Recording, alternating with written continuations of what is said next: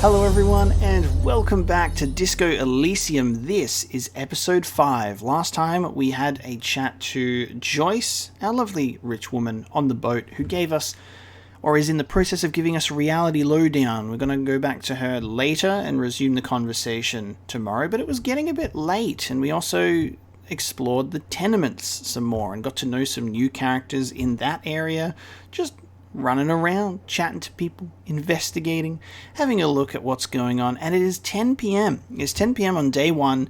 It's time to wind down. So we've come into the whirling in rags at the end of the night. And we're here to get to know some faces that are in here. So we'll have a chat to some people, and then we can settle down, and we'll have a debrief with Kim, and we'll see what's going on. So let's see if there's people that I am able to actually speak to. I think there was okay, can't speak to. Oh, there we go. Hang on, I was looking for it. There's an item thing. There we go. Glass tear, baby. Give me that recyclable material. Can speak to Gart. Can't speak to. Can we speak to anyone in here? We can speak to this gentleman, and we can speak to our lovely friend that we made much earlier into the playthrough, and this guy. Now, we picked up a bottle here last time, and the game demanded that we lick the surface, and we did not, but we do need to. I believe we got given a task, which is to find booze and drink it. Now, so if I go into my inventory and I have a look at this, I can put that in my hand, and then... Well, hello. There we go. Someone seems to have found himself a bottle of alcohol. Here's where the magic happens. Here's where the magic happens, where we enable ourselves to drink a substance. Look at the bottle. Light reflects off the green glass of the Commodore Red. The gods have been generous. Better pop it open before they change their minds. Okay. Wow, the gods of mass production have made this alcohol container laughably easy to open. A child could have done it. Open the bottle. There's a satisfying pop as the cork jumps out, and the hair on your back rises like an army at attention. You've been here before. Welcome back, detective. You're home now. Wow, the way that your brain goes through and discusses and enables your alcoholism, because it's like, welcome back. You're home now in the warm embrace of a bottle of wine. What will be the repercussions if I take that sip? Nothing. Some mental stuff. Nothing to be worried about. Physically, you'll be strong as an ox. All right, let's take this sip. Bonk. Physique raised, baby.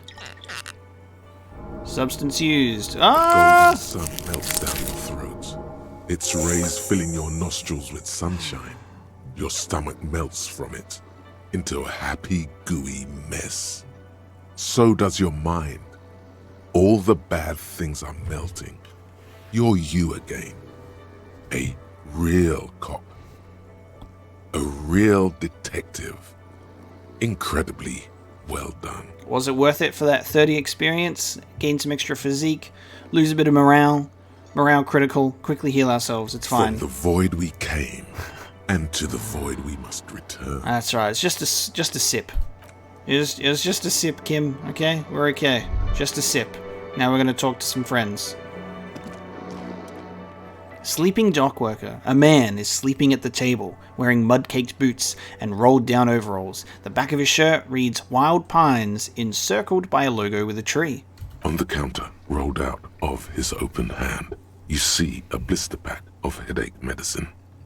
Ooh, Ruckus talking to Gart allows us a bit more of a chance here to wake him up. You want to pick up the pills, or do we want to wake him up? Even 42% chance. First roll of the episode it's looking about even, but it's not looking too good. Let's roll, baby. Hang on, is it a retriable one? It is a retriable one. Roll, baby. You gently shake his shoulder, but nothing happens. This man could probably sleep soundly in a ship's engine room. Okay, let's pick up the pills. The man does not mind. You probably need them more than he does. Thanks, sleeping dock worker. Okay, that's that done. Let's chat to this guy. It's all about money, you know. You gotta spend money to make money. Money is what really matters. They say money can't buy you happiness, but that just means you don't have enough money. You have to invest your money wisely. You can buy stocks with money, and then use those stocks to make even more money. That way you'll have enough when you grow too old to make new money. Real estate is the graveyard where tired old money goes to rest. Money is what literally makes the world turn. The laws of money are just like the laws of nature. Unpaid labor doesn't net you any money. There's no such thing as free money. Money is all about numbers. Money is actually all about trust. It's all about money. I'm sorry, bud, but you are talking to nobody. I'm just eavesdropping on you. We're not actually even making eye contact. You are just rambling about money, you ultra-liberal. He's just into his money. God, he's about to talk to me about Bitcoin and NFTs in a second. God damn. Hello. Hello again, sweetie. Hello, Lena. No, I'm not asking that. Not to Lena. Lena's nice. I gotta get going now. We only ask for money from the rich. Robin Hood style, baby. Alright, I'm gonna unequip this bottle because I have overcome my urges, and we're gonna put a weapon in there instead. Hang on. Get in the right one. There you go. Okay. I look very well equipped, you know, to have a natural conversation. You ever just walk into a place with a crowbar and bolt cutters and just go, hey, what's up? Hey, guard, what's going on at this time of night? Apparently not much. I can't speak to many people. Can I help you? I think I can pay back the damages with this money that I got from Joyce. So we're gonna be good. We're gonna be a kind-hearted soul and be like, hey, here's this money. I got it from a rich person. And I'm going to just pass that on. Pay it forward, baby. Yes. Have you got it? How much do I owe you again? A lot. For the room and broken window, 100 real. Okay, well, I have 121, so that's good. I still am left with a net profit from where I started at the beginning of the game. So I have your money. Well? Oh, wow, there's multiple. Just give it to him. Slam the bills on the counter and hope that he chokes on it and say, here it is and sorry for the trouble. I want to look, I've been a bad dude to this guy, and unintentionally as well, and then I come in and I rubbed his puffy red nose in the shit when I also came to tell him about the whore carousel, the cock carousel, and I didn't mean to, you know, that was mean. That was my brain taking over on the phone call with Sylvie, and it should never have happened, Gart, so I'm going to say sorry for the trouble. Great. Thank you, officer. That's all I wanted. Payment for services rendered. If you continue to stay here, I just ask that you please pay your nightly bill in advance starting tomorrow. Money. Goddamn. I'll unlock the electronic lock to your room. All the doors lock automatically at 9 p.m. He'll unlock the electronic lock. All the doors lock automatically at 9. It's currently 10. Am I locked out of my room? Please pay for each night in advance starting tomorrow. 20 real per night. In advance starting from tomorrow. 20 per night. I gotta make 20 real a day? God, okay. Well, I'll try and get to work, but no promises. I might ring up a tab again. I'll take a room here too. He opens his wallet. Of course. Always happy to have officers from the RCM as guests. Anything else I can do for you? Goodbye. Well, Kim, you and me, baby. We got a room. I can't speak to these people, so I guess these are not the union people that are in my task list, which is find out who is in the union box. Unruly union men gather in the mess hall of the Whirling in Rags. They're not here today. They're not here today. Right. Gotcha. You'll need to find 20 real to pay for your room at the Whirling, or it'll be locked after 9. As long as you don't have a free place to stay, you have to do this every night. Oh, okay. Gotta get money every day, dude. Gotcha.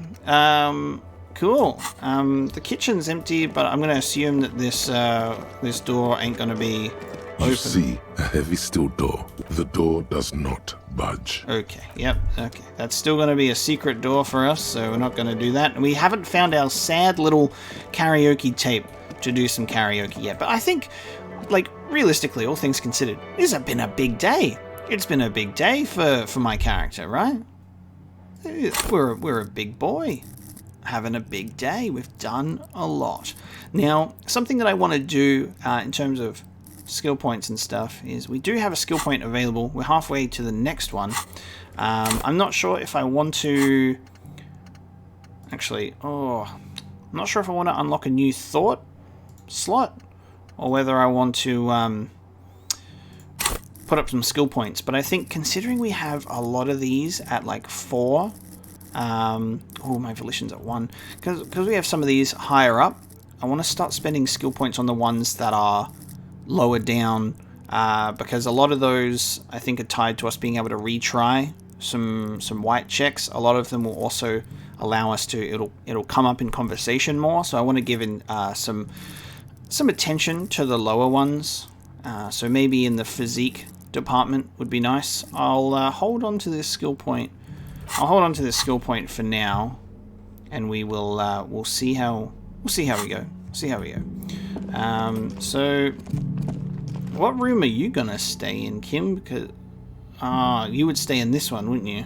You should pick that fat, juicy cigarette butt from the tray, light it up, and smoke the living shit out of it. Electrochemistry, really trying to push my character into substance abuse, isn't it? And like, drink, do drugs, smoke, cigarettes, do it all, man. Goddamn. So we've got the woman who lives in that room. I'm assuming Kim's going to be in this one, and this is our place. So that's going to be fun. Am I a smoker? Who knows what you are? A monster, a murderer, the gnome of Jeroma?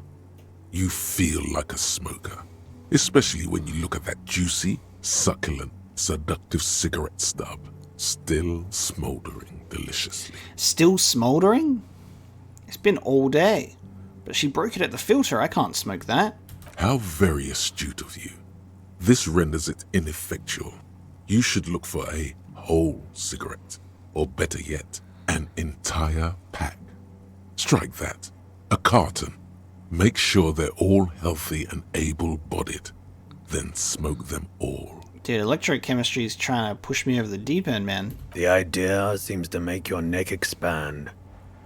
Suddenly, the garish tie feels very snug. Like a cat rubbing itself against its owner's calves. A cat that wants you to smoke a lot. I should not do that? Oh, God. Okay. I love how everything is literally like, I should do that. I should enthusiastically do that. I should not do that. I'll make it priority 1, and, well, I'll think about it. We have no option to decline at this point. Just 4 options to say yes, 1 to say maybe. I should not do that. Good. They'll make you stronger and better. You're too old to be cool now, but find cigarettes, smoke them, blam. Instantly a cool renegade man.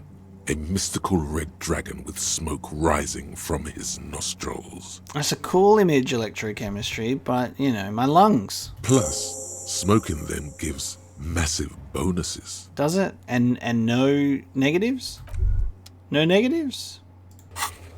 Find smokes and smoke them. For those massive bonuses. Okay. My +1 physique for 52 minutes. Nice. I like that. Okay. So that's grey, so that's locked. Apparently, we may be able to knock on that door. I don't know if we want to really provoke the bull for that one there, so I think we're gonna leave that. But we can debrief with Kim on the balcony, so that's what we're gonna do. because it's after 10. Hey, Kim. It's time to debrief on the balcony. Look at this view, baby. Look at this view of Martinez. And I'm trying to not stand in a railing and stand in front of you. I'm trying to, like, pace us together here. Let's have a chat. Yes? Do I say, tell me about the case again? I think that's the one. What do you want to know?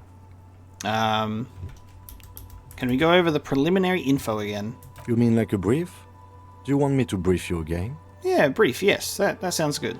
3 days ago, the RCM Emergencies Desk received a report about a security guard who was found hanged in Martinez. An anonymous caller said there was a dead body behind the Whirling in Rags hostel cafeteria. The cadaver had been there for 4 days. No one had come to investigate. During that time, the victim had been stripped of his belongings. The caller did not identify him, but used the word lynching. There is an ongoing labor dispute between the local dock workers and the logistics company Wild Pines. I was told we should approach the death as part of this dispute. Now, it goes mega cool, I've heard enough. We have obviously had this conversation before, and we've gone through these dialogue options before, but I'm pretty sure this is part of us getting the debrief with Kim on the balcony after 10, so I believe we should be doing this. So I'm going to keep saying more, and we might get new options. Let's see. A security guard or worker of some sort. They didn't identify themselves in any way. There's a strong prejudice against involving the RCM in what's seen as union matters. The dock workers union. Cool. Is I the think it's de from facto this police in point. Martinez. That's us, the Revachol Citizens Militia. We're the police in this city. The RCM, or the Revachol Citizen Militia, is the police force you and him are part of. A self-organized peace corps of the occupied city of Revachol. The RCM operates within a legal twilight, yet its authority is rarely questioned. It's super useful to know this. A legal twilight is a very interesting descriptor, yet its authority is rarely questioned. Super useful to know this. Okay, let me just make this perfectly clear. Our job here is to find the killer. That's right. Okay. Would you say this is a mysterious case? No, it's not a particularly mysterious case. Why not? The deceased is a security guard for a corporation involved in a labor dispute. It doesn't take a DeLorean polymath to put the pieces together. I just don't see the case getting more mysterious than that. Okay, so the case probably isn't mysterious, but could it be sexy? There was some interest in this case at my station, but not for the reasons you have in mind. You seem to wish there was a... Cut this boring stuff off immediately. You know what this case is about. Are you sure there's not some sex angle we should be considering? Good point. Martinez is famed for its occult sex murder rites. We'll get on it immediately. Mark my words, Kim. Mark my words. The weary tone is the surest indicator that the lieutenant is being sarcastic. It doesn't have to be murder. It can just be sex. It doesn't have to be a cult. It can just be sex murder. You're being sarcastic, aren't you? Extremely. Wow, okay. I couldn't pick up on that. It can still be an otherworldly sex mystery in your head, with a dark twist even. I'm counting on it. He's basically challenging you to sex it up with some lurid twist. Don't get right into it. Sit on it a bit, then hit him with it. Okay. Good. Okay. So, in our journal, end of day debrief, Kim can answer any lingering questions you have about the case in the RCM. Join him on the Whirling in Rags balcony after 10 when you're calling it a day. Does that mean to call it a day we have to maybe do something different? Like maybe go in my room first? And then I have to confirm with him that I'm calling it a day? And then he'll be on the balcony? I'm going to quick save. Just to make sure, because I just want to make sure I do this correctly. I'm going to go in here. This is the door to the room you redecorated. Okay, and I say, good night, Lieutenant. Now, I'm just wondering if this is going to take us to the next day or not, because I'm trying to debrief with him after 10. It's still in the journal. So I'm going to say good night, and I wonder if it'll still, like if we'll be able to go out on the balcony. Let's see. Good night, Lieutenant. Just a moment. You had some questions earlier, I believe. Cool. And besides, we should discuss our progress on the investigation. Let's go out to the balcony. Yeah, baby. All right, let's go. That's what I was trying to do. Let's do it. I'm going to pretend that we weren't just out there. The air outside is brisk. The lieutenant is silent for a moment. He listens to the traffic hum.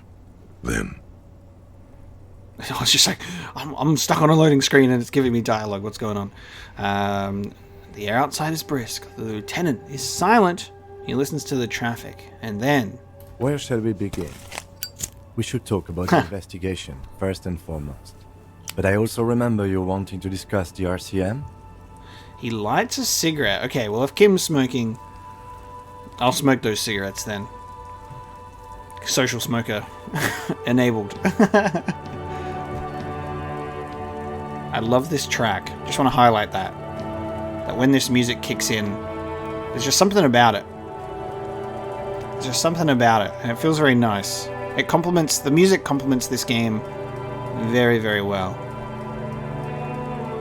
It's very nice. I like it. I didn't know you smoked, Kim. I have a cigarette every night when I go over my notes. It's something of a ritual. oh man, he looks so devastatingly cool with that cigarette. What I will say, though, just real quick, is the music is drowning out the dialogue ever so slightly. So I love the music. I'm just going to quickly drop it slightly because it's drowning out the dialogue. I actually turned it up and then realized that that song specifically hits very loud when it comes in. So we'll prioritize the voice. How did you get so cool, Kim? You mean this? This isn't cool. It's an unnecessary trial of will and unhealthy. I think I might want to pick up smoking. Do you have any more cigarettes? I apologize, but I only brought one with me. I have exactly one cigarette every night while going over my notes. Exactly one. Very, very self-disciplined. Right then, the debrief. Yes, it's been a long and eventful day. So, how do you think today went? Well, you were so hungover that you couldn't keep it down when we approached the hanged man, so we didn't even inspect the body. And there's still much to do at the crime scene too. We didn't search it thoroughly enough.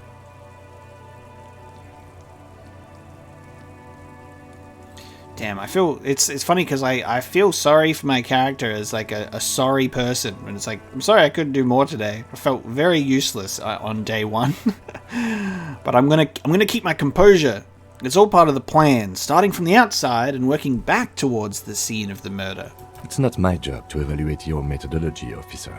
I'm just going through the facts. As for the interviews, we weren't able to find the union leader, Everard Clare, much less interview him. So that's on the to-do list for tomorrow. We tried to interview the Wild Pines rep, but she asked us to do something for her first. Fine, so be it. Mm-hmm. I have a feeling Joyce knows how dangerous the situation really is. We have to get her to talk to us.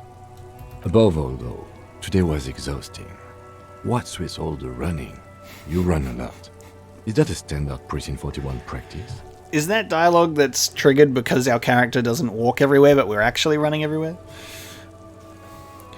I wish it was more socially acceptable to run to your location when you're outside. Isn't that just such a funny thing for human society? Is in video games, we sprint, we run to our objectives. We're full on like burning through our sprint. Everyone's taking it easy in towns, and we are the main character just hacking it through town like with, like no tomorrow, right?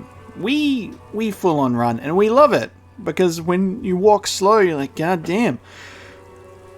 Translate that to the real world for a second, and we're like walking through the city, and you're like, oh, this coffee shop's a 10-minute walk away. You know what that could be? Could be a 5-minute walk. Could be a 5-minute run. Could be less. You could run there. You'd get there real quick, get the blood pumping,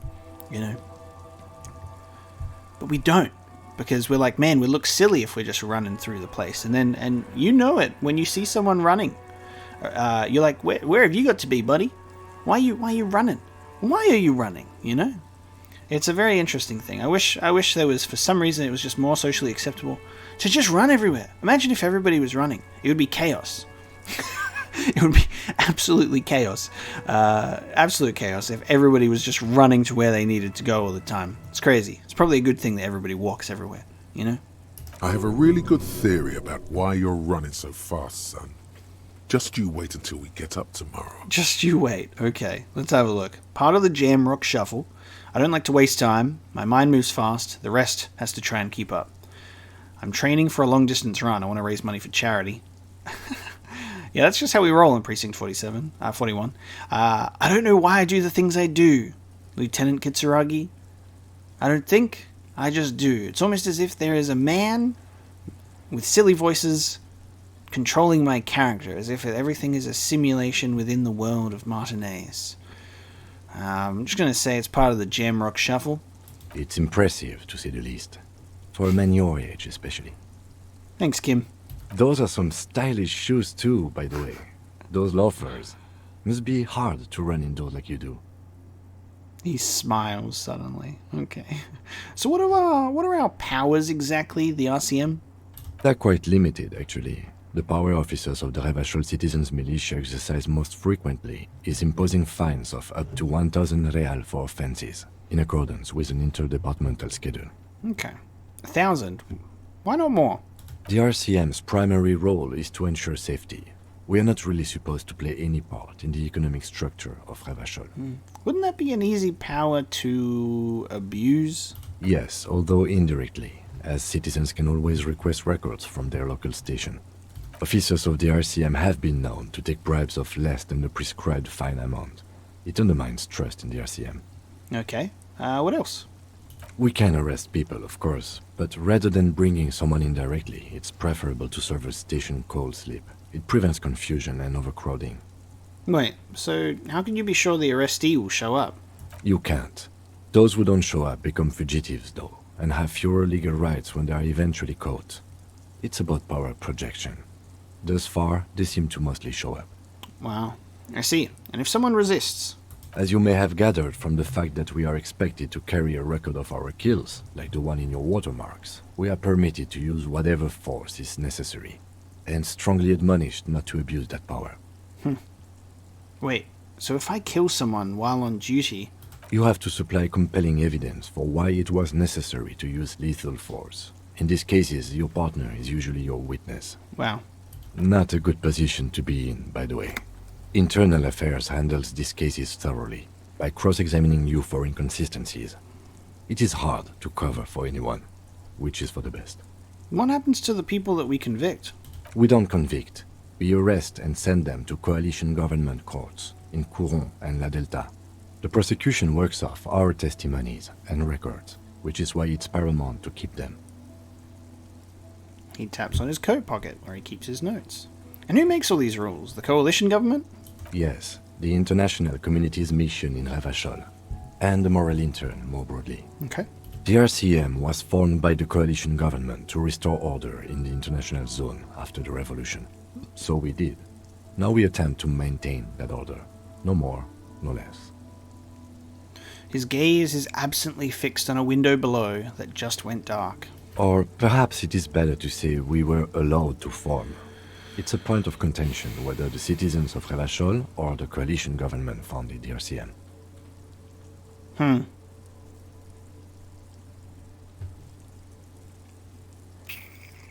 not sure what stances both of these are. It's interesting, and this is something that I've noticed is very interesting, and there's always room for misunderstanding and misinterpreting written text.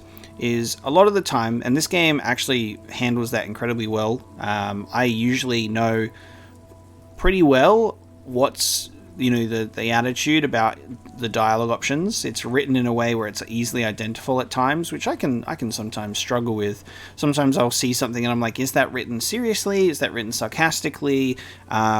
Is this, the meaning? Everyone can have different meanings in different words and statements. So when I look at something like this, when it's like, let's say it was the coalition government, I don't know if that has that influences my character's political stance or how they feel about the the formation formation of the group when we want to say it's the people's idea that did it and we can form together, or it was the coalition government's idea because they took over in power and they want to establish that control, you know what I mean? So it's an interesting thing when you, like, do we say nothing? I'll just say it's the citizens of Revachol. Be sentimental if you like. Either way, the moral intern leases us the right to keep the peace in this city, and they will take it away if we misuse it. The Moral Intern, what is it? The Moralist International are the world's largest political organization. You know who they are. They have been running this place after the revolution failed. Okay, so Moralist International, the world's largest political organization. If I didn't know them, how would you describe them? They're a union of center-left and center-right parties across the Real Belt. Our coalition government is just one of its many projects. They also run the ICP, EPIS, most intergovernmental organizations in the world. So the Moralist International control or are involved with most government organizations in the world. That's substantial. Okay. So being the world's largest political organization, are they like a United Nations of sort? Almost? What do they believe in? What do they believe in? They are Dolorians. They believe they continue the humanist project set forth by Her Innocence Dolores Day 4 centuries ago. Others say they are just technocrats. Technocrats. I feel like there's gonna be a lot of words that make me want to use my brain, and also some words that I may not understand. So there may be points like I'm going to do now where I actually do seek to look up some words so I can actually understand what's being said. You know, the word technocrat can refer to someone exercising governmental authority because of their knowledge, or a member of a powerful technical elite, someone who advocates the supremacy of technical experts. There you go. I guess, like, you know, obviously, you know what a Democrat is, you know, like people like that, what the crap part stands for. Aristocrats, you know, the Disney movie, you know what that's all about when you read that word, but sometimes you want to, you know, it does seem like it right, you know, the description is obvious. You're like, technocrats, they're, you know, politically technological, but I just wanted to make sure. So that might come up a few times when there's going to be things said, just so I can actually, you know, I want to understand what's being said to me and not just, you know, go la la la through my dialogue options. You know, what is their symbol? Interesting question. It's a blue forget-me-not. Their motto is love, compassion, self-discipline. I think you can gauge what they want you to think of them from that. Okay. Something kind and usual. Something almost self-explanatory. Something ominous. I was waiting. I'm like, when we come up with, you know, love, peace, man. And then I'm like, okay, conceptualization. Yeah, logic. I'm just waiting for something to pop in. Inland Empire coming in for me to say something ominous. Something even a little feminine, but in a strict manner. Thank you, electrochemistry. Something like the dark blue. Oh, it's all of the early night sky above. It's all coming in. All of my aspects of my brain chiming in with something there. That's great. Fucking hell. Electrochemistry with little feminine, but in a strict manner, and he says it in a sexy way, in the same way that we go to the bookstore and we're like, is there a book that's for me there? And it gets a little kinky. Who is Dolores Day? A historic figure? The author of the modern age? You will have to look elsewhere for opinions. The subject of humanism is too abstract for me. For you, she is something painful, though it's hard to say why. Interesting. What do you think of them? The moral intern are a fact. I try not to have opinions on facts until they change. And it doesn't look like that's about to happen. Okay. I have an opinion on the moral intern. Do you?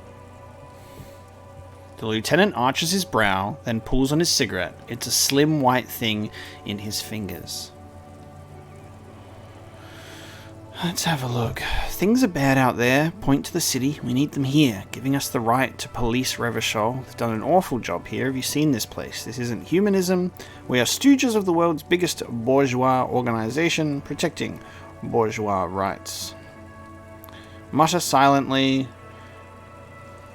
Oh god. Yeah, I'm not even going to say that out loud. I'm going to say... I like the first two options. I'm going to do the second one. They've done an awful job here. Have you seen this place? This isn't humanism. We are in what is called the twilight of international law. The laws we claim to enforce come from the MI. Without them, we are simply vigilantes. Actually, vigilantes is okay with me. Do you see that Batman movie recently? It was like 3 hours of goddamn sexy noir comic book action. So I don't know if vigilantes means like Batman and also, you know, on the other side of things, Spider-Man. Yeah, they're okay with me, dude. But in this game, yeah, vigilantes sound bad. But do they? But do they really? Yes. Sadly, it is what we already are to the people of Martinez. Most of them, at least, especially the Union. Vigilantes. I expect our job here to prove quite challenging. Say nothing, just look into the night. The dying lights of the city shimmer below. Slowly, like luminous clouds, they pass on his lenses. The lieutenant looks at his slim cigarette, contemplating the next drag. They really don't like us here. And the mouth on that kid, Cuno. It's different in land, in Jamrock and the GRIH. He pulls on the cigarette. Why are they like this? It's our fault for leaving this place to the dogs, to the Union, to the company, not daring to come here more often. This place has fallen between the cracks, the jurisdictions of our two precincts. That's true, because then they're like these things are like, you know, this thing came up, but then it turned out being a jurisdiction issue between precincts and nobody got anything done. And in Jamrock and the GRIH? We run this city. West of the river is RCM land. He looks at the dark silhouette of the equestrian monument cutting into the night sky. It's incredibly hard. Human beings are... But we are in control, and it's worth it. The organization works. Our systems work. If they didn't, the city would disintegrate. I hope our investigation will help improve the situation here, at least do some good. Me too. But I wouldn't count on any drastic changes in our lifetimes. It's a scarily relevant sentence. He is very tired, but the dark circles under his eyes make him look younger, not older. Huh. Nice. Thank you for this. Yeah, it's getting very cold now. Let's go.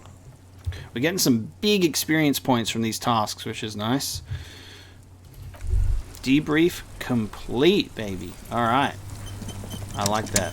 There we go. We got our good debrief on the thing. It's 10:40 p.m. It's time to go to bed. Oh, did you see Kim's notebook just literally levitating there? Kim's magic. He's got magic in him. Bye. Oh. Okay. I don't know. I don't know what's happening, guys. I think my game's haunted. First, Kim uses telekinesis on his notebook there while he keeps his hands behind his back, and then he walks through a door? I don't know, man. Maybe I might have to restart my game. Maybe I have to restart my game. I don't know. Door shut. There it is. Okay. That's grey, so I'm assuming we can't even interact with the door. Let's have a look. Okay, we've got the mirror. We've got the couch. I'm assuming that's our bed. We're sleeping on the couch. Words fail to describe how rank it smells in here. They should have sent a poet. Okay. Let's check the mirror again. A mirror hangs on the bathroom wall. In it, your face, adorned with the expression. Yeah.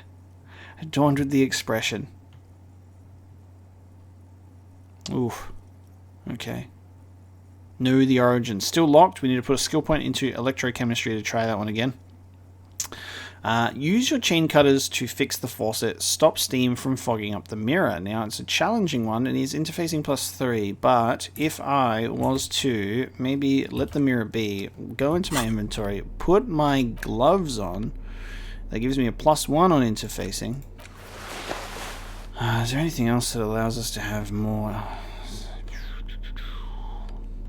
No. Okay.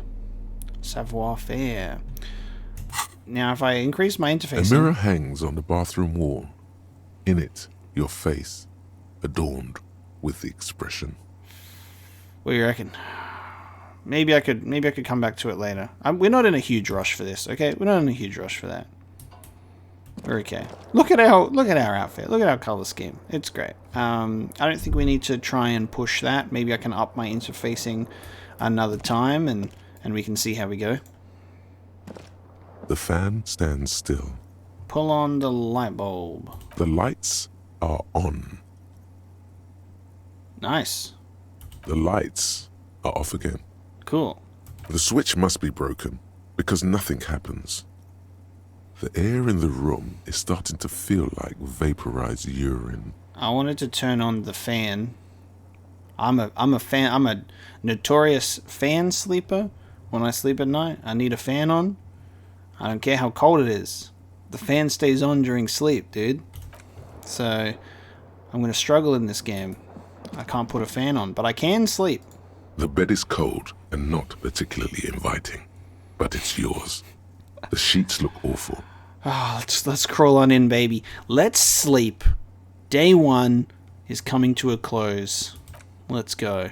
Crawl in. We survived! The sheets feel at once coarse and clammy against your skin. The bed sags beneath your weight as you stretch out and finally close your eyes. Okay. Primordial blackness time.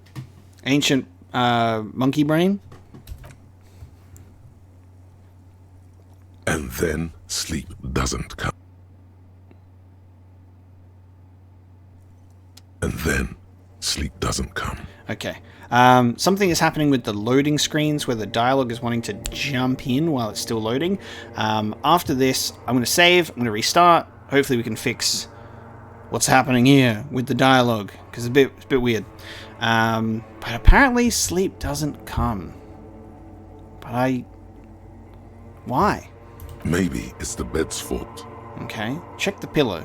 Its synthetic filling has separated into hard lumps.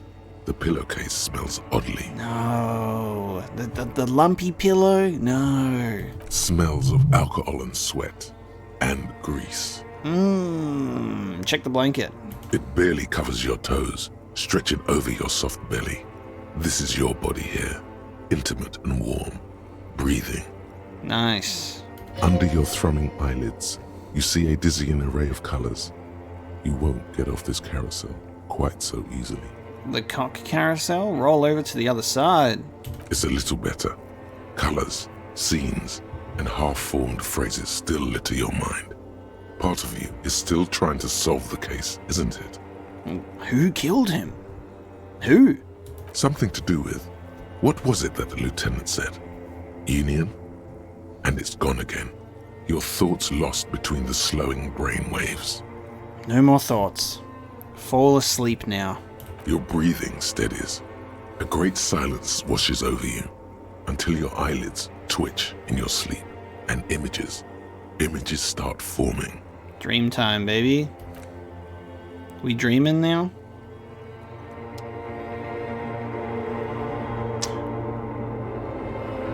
Oh, we dreaming about, okay. Ooh, I can't open my map. I just wanted to check that. Okay, I can't open up. Alright, I can't open up anything. Oh, wow. Can I move through the fog? No. Okay, we're being pushed into the murder scene. Okay.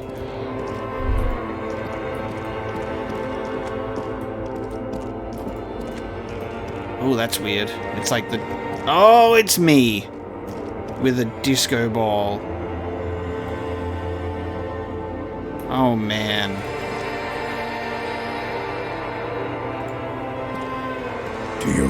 remember the scent of your childhood? Confronting dreams, then. Bloated corpse of a drunk. What is this? What it says on the can, Harry. Answer the question. I'm curious to find out what our next two names are and our initials.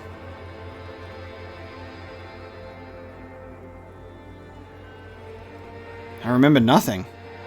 Do you remember your wife's hand on your face? You said... who? Do you remember the warmth of her thighs, between her legs and in her mouth?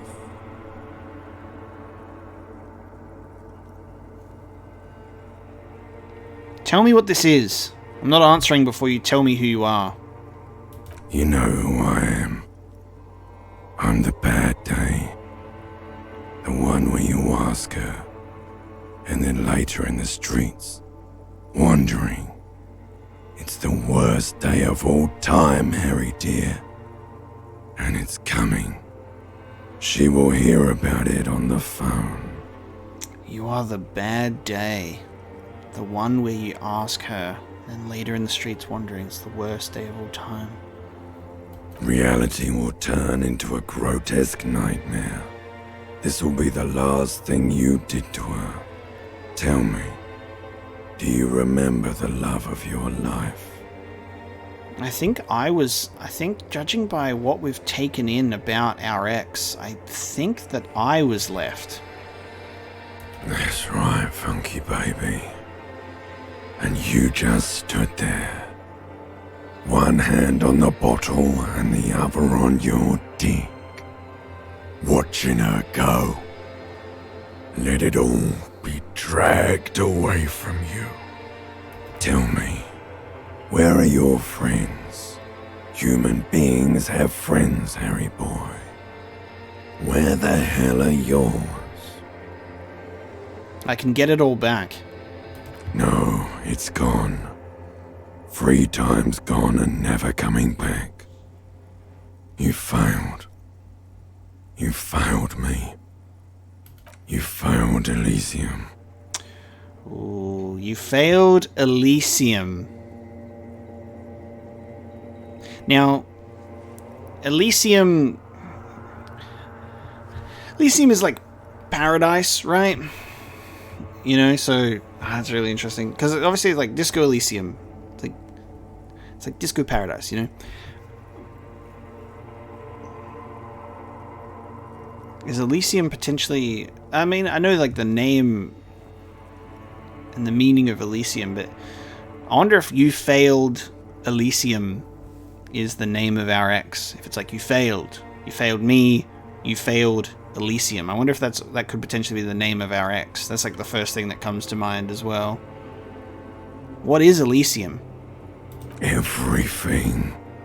The pale and the useless. On the surface. The outer magnetosphere. Burning, furious truth. 8,000 years of written history. Okay, so the Elysium is the world that we are in. The Elysium is the world that we are in. You really dropped the ball, Harry. 4.6 billion people. And you failed every single one of them. You really fucked up. God damn, this bloated corpse be saying some real shit to Harry, huh? So Elysium is like the world. That's where we are, really. I've seen you before. No, you haven't. You're just sleep talking. And the act is wearing thin, too. The spots on the disco ball fade around you. You'll be back in those cold snakeskins in no time, sweating up the bed. There's reptilian brain coming back. Stinky boy. Oh yes, and my limbic system. I can come back from this. You're not coming back from shit. thrashing around in that high conductivity state of yours, bumping into things and acting like a clown. Who are you kidding? I'm trying to solve this case. You're trying to what? I can't hear you. This is just a word dream now. Jumbled up garbage. The pictures are gone. The bed rises to meet you. A thin, sleep-like state. More glass than velvet, grinding in your head. So something is wrong. Sleep shouldn't be this bad, this dry, this unnourishing. There's something wrong with your thoughts. Some kind of new type of hangover. God, there's another type? Oh yes, party boy, and it's worse than the one before. Just think of the shit you saw. Here it comes too. So soon already. A silent alarm goes off in your head like clockwork. Barely let you sleep at all. Time to get those clothes on, Harry. Time to go to work in the shit factory. Thanks, limbic system. We waking up now. There you go. Healed. We have been healed. Heal thyself. Okay. We waking up. It's a brand new day. 7:30. Day 2. Good going, buddy. Oh my god. What the hell was that? Oh, just a dream. You have ones like that all the time. You feel even worse this morning than you did last night. What the hell is going on with me? You mean, why are you so tired? Too tired and down to even think? It is worrying, isn't it? You can't be a detective like this. Detectives need to be able to think. Why is this happening? It's just that your heart has finally pumped all the speed out of your system, Buster. Time to get some more. You're too weak to say no now.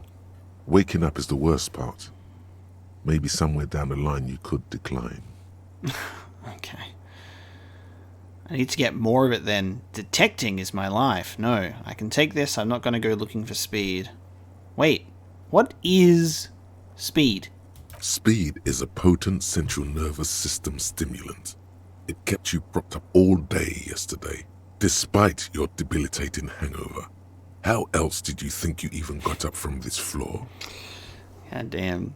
A nervous system stimulant, yeah? It's power, man. It's professionalism. It makes you feel like you're young again and ready to detect. Ready to go to war against the world. Oh, we're going to put our body through the shit in this game, dude. I need to get more of it then. Detecting is my life. Opt in. Of course. Martinez is speed central. You just gotta poke around. Follow your nose. Nose beers, let's go. You and Speed will be happy again. You will make her come home. This time, it will be different. Find Speed and sniff it. Alright. Lovely. It's a brand new day. Tuesday. Okay, so there we go. Our first task for Tuesday is what's up, baby? Want to do some drugs? Be responsible, everybody. Alright, I'm going to quickly do what I said that I was going to do. I'm going to just restart this game real quick, and hopefully maybe that'll smooth out some of that loading screen dialogue, but we'll see how we go. If not, we'll just have to deal with it. Alright, brand new day. Let's open this door. Let's see how we go. And Kim's going to hear that door open. Okay, Redefort, 15 degrees centigrade. Dull. Do you reckon... Okay, it's locked. We got the door there. I feel like Kim would be like awake earlier than me. 7:30 is pretty impressive for a man with a system that's just absolutely been through the ringer and just totally ruined, but I feel like Kim might be a little more disciplined and wake up even earlier. Let's try and knock on this door. The door is closed. Knock again. Still no answer. Is there another shower going? Knock again, much harder. Still nothing. Okay, we're gonna leave. maybe they're just, you know, not available, you know? And also don't want to speak to us. And that is totally understandable and fair enough. Oh, okay. This is the union box, right. Gotcha. Oh, wow. New day is so exciting, actually. We're gonna have some things changing in the world. People are gonna be in different spots. Good morning. Kim's already up. Oh, this is great. You know, I've already spoken at length about how real and, you know, lived in this world feels. The fact that we're going to transition to new days and characters could be in completely different spots with new things to talk about is very exciting to me, that we get to go through it again and see what's new. So let's speak to Kim first. Morning. He gives you a quick nod. Looks like we can get to work at once. The union muscle turned up. They look rowdy. We should talk to them. Alright, we're going to be speaking to the union muscle first. Are these the men Gart told us about yesterday? I completely forgot. Sorry, I had a rough night's sleep. It's them by the looks of it. Loud and nasty, just like the manager said. He had a rough night's sleep. One loose thread less to worry about, and one big problem to replace it. Nice, okay, another skill point. Cool, alright, I'm thinking... Something that's really cool, by the way. Something that I actually think is a great idea that I, you know, has just come into my head is when you level up, you can level up in the middle of dialogue, which is so necessary because, you know, for example, I could level up Shivers right now, you know, tune into the city, which I want to level up. I could put a point into that. And then, you know, future dialogue in the dialogue tree we're currently in, that can play a part instead of you having to wait until after. So I really like that. So I'm going to level up my Shivers. We're going to get that to 3 points. I'm saving my other skill point at the moment because I'm still not sure if I want to unlock a thought bubble, a thought box, or maybe upgrade something else. We will see. So we'll keep that... We'll keep that other skill point safe and sound for now. Why do we need to talk to them? A lot of things point to the dock workers union. The circumstances in Martinez, my preliminary information. Actually, that's not a lot of things. We should have dug up more yesterday. Still, we need to talk to them. Yeah, it won't be easy. Yeah, we should have dug up more yesterday. I think maybe if we were able to find that Claire Eckert person, then maybe we'd have a bit more information. What do you mean rowdy? I mean ungovernable. Martinez isn't exactly enthusiastic about the RCM being here. They prefer to be policed by the union. These men here, men who drink beer for breakfast. There's talk of an armed wing of the Union called the Hardy Boys, who are responsible for state policing. I think it's them. The Hardy Boys. There are so many of them. Maybe we should call in reinforcements. That would just escalate tensions. No captain would sign off on it. Solving one murder isn't worth a conflict between the RCM and the Debarders Union. In fact, even the death of 2 detectives might not warrant an all-out war. So let's keep a cool head, okay? Let's roll, baby. One more thing before we do. We don't have to talk to them immediately. We can walk right past them, continue with our business. Okay. That may be a good idea because considering Kim has spoken about how... hang on, let me go up. Which one was it? There we go. That's not a lot of things. We should have dug up more yesterday. Okay, we might look into that. We might look into digging up some more before we speak to them. So we have a bit more ammunition. We're a bit more prepared to speak to them. I think we'll go for that. I'll take his advice. Good. A power move. Purposefully concentrate on something else first. Yeah. Yeah, streetwise. Zoom right past. Do it on your own terms. Hell yeah. But Aren't you curious to know what they have to say about the murder? Yes, logic, but we can wait. They're in no hurry to leave.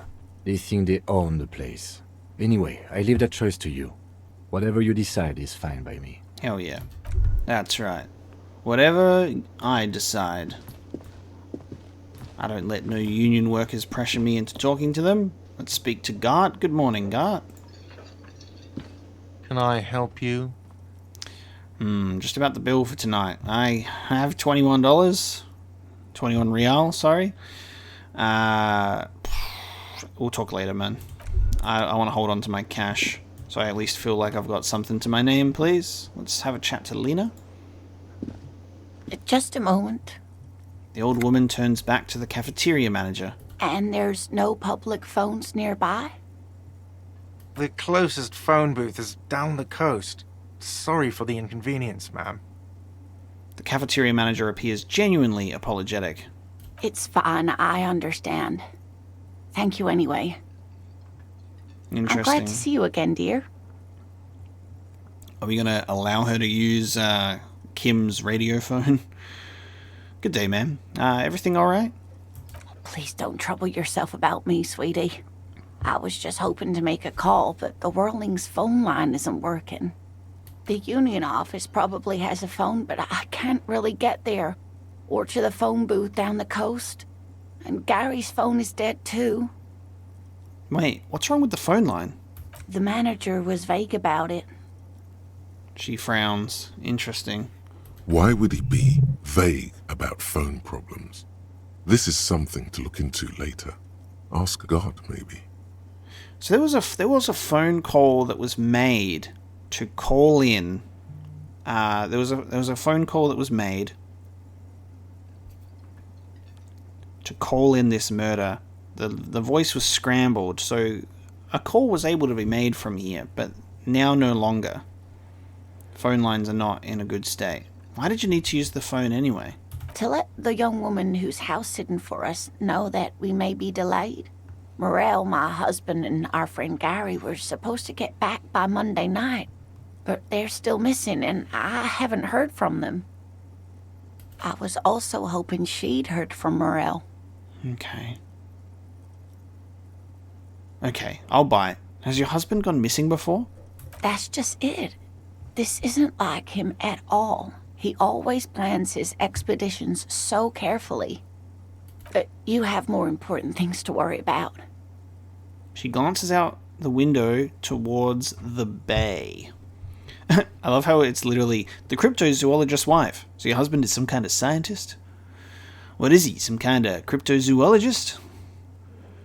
What is this expedition your husband was on? Just some field work, sweetie. Morel is a highly trained scientist. He and his assistant Gary are studying an extremely rare species of insect. But they should have returned by now. They were just going down the coast across the waterlock to set a few traps. He said they'd be back on Monday. What could be keeping them? The waterlock.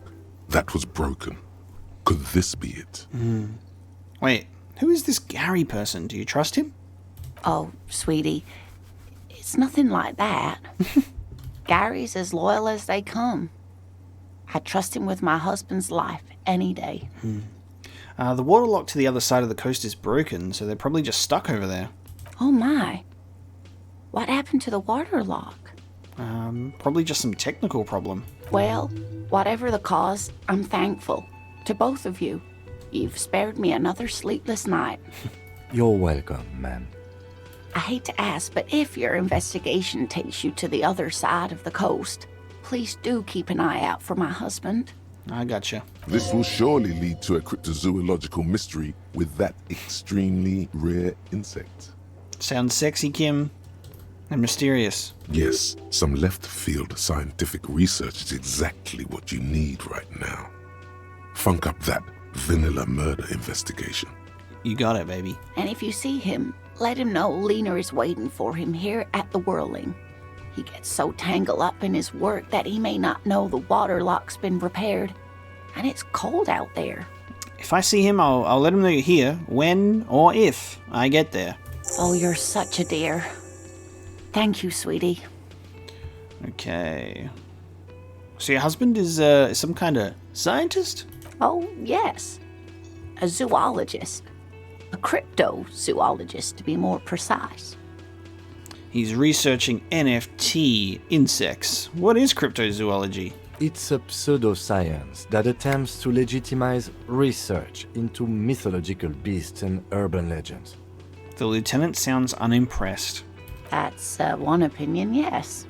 And people are entitled to their opinions. Oh, Kim. My apologies, ma'am. I did not mean to undermine your hobby. It's not a hobby, dear. It's a subfield of zoology, one specializing in animal species that are so exceedingly rare that many assume them to be extinct or even fictitious. Searching for such species called cryptids is difficult and often thankless, and frankly, many scientists are too lazy to do it. Universities these days are rarely interested in supporting real research. I'm going to go through these first. I'm pretty sure this should stay here. So we've got +1, less worried about the husband, and has the green 8 pen. Nice. Tell me more about Morel. Looks, character, your relationship. Oh dear, I'm not sure where to begin. What does your husband look like? Well, his expression is slightly grumpy, but his eyes are always bright and curious, like a small boy's. And his palms are quite coarse from all the field work, but he's quite gentle. Let's try again. If I were trying to meet him on the street, what would I look for? Oh, well, he's a bit shorter than you, but with a larger frame, and he has longish white hair, usually a bit uncombed. You might say wild, even. Okay.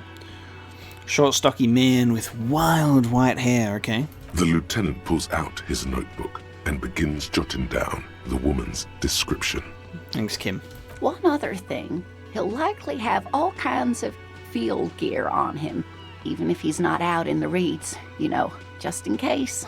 How long have you been married? We'll be celebrating our 16th anniversary this autumn. Not the most numerically satisfying anniversary, but I like the less obvious milestones even more somehow.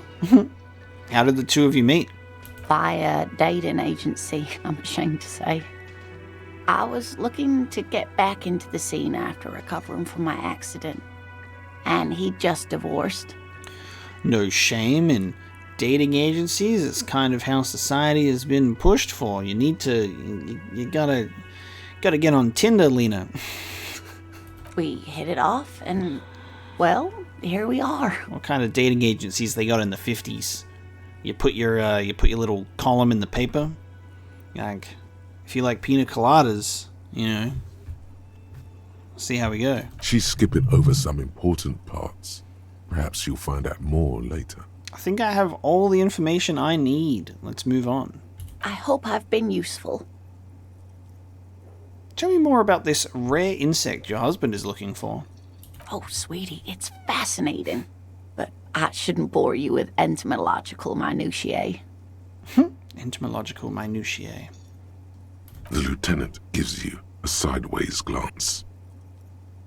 No, Kim. I want to know about it. I want to hear about the insect. Well, it's a phasmid, technically, but... Ah yes, Phasmatodia. A diverse group of insects whose bodies resemble twigs, leaves, that sort of thing. Ghost insects, colloquially. Colloquially. Oh yeah. Here comes the interesting. Let's do it. Where other phasmids imitate sticks or leaves, this one's a living reed. It disguises itself among the reeds here on the Insulindian coast. Okay. Hence its name, the Insulindian phasmid. Perhaps you'll end up co-discovering the phasmid with us, officers. She looks you in the eye and nods thoughtfully. I knew it. We're gonna be chasing made-up insects with cryptozoologists. Kim, some thoughts are better internalized right now. Tell me about this later, not in front of Lena's face, okay? It's not made up, officer. I can assure you. Kim, you're out of line today. It's simply elusive, so much so that most establishment zoologists doubt it exists at all. Okay. Well, that's the thing, is like the nature of discovery is you gotta try and prove that it exists. Dedicate your life and craft to it. There's been so many things that we have found due to that. Kim woke up on the wrong side of the bed this morning. He did say he didn't have a great sleep, so he needs to rein that in. What makes you think the phasmid is around here?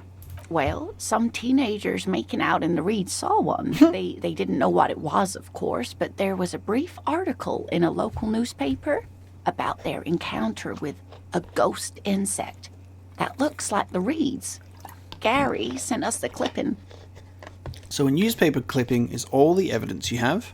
Of course, most phasmid sightings turn out to be false alarms, but their description matched the Insular Indian phasmid perfectly, and they didn't even know what they were looking at. Okay. So is it dangerous?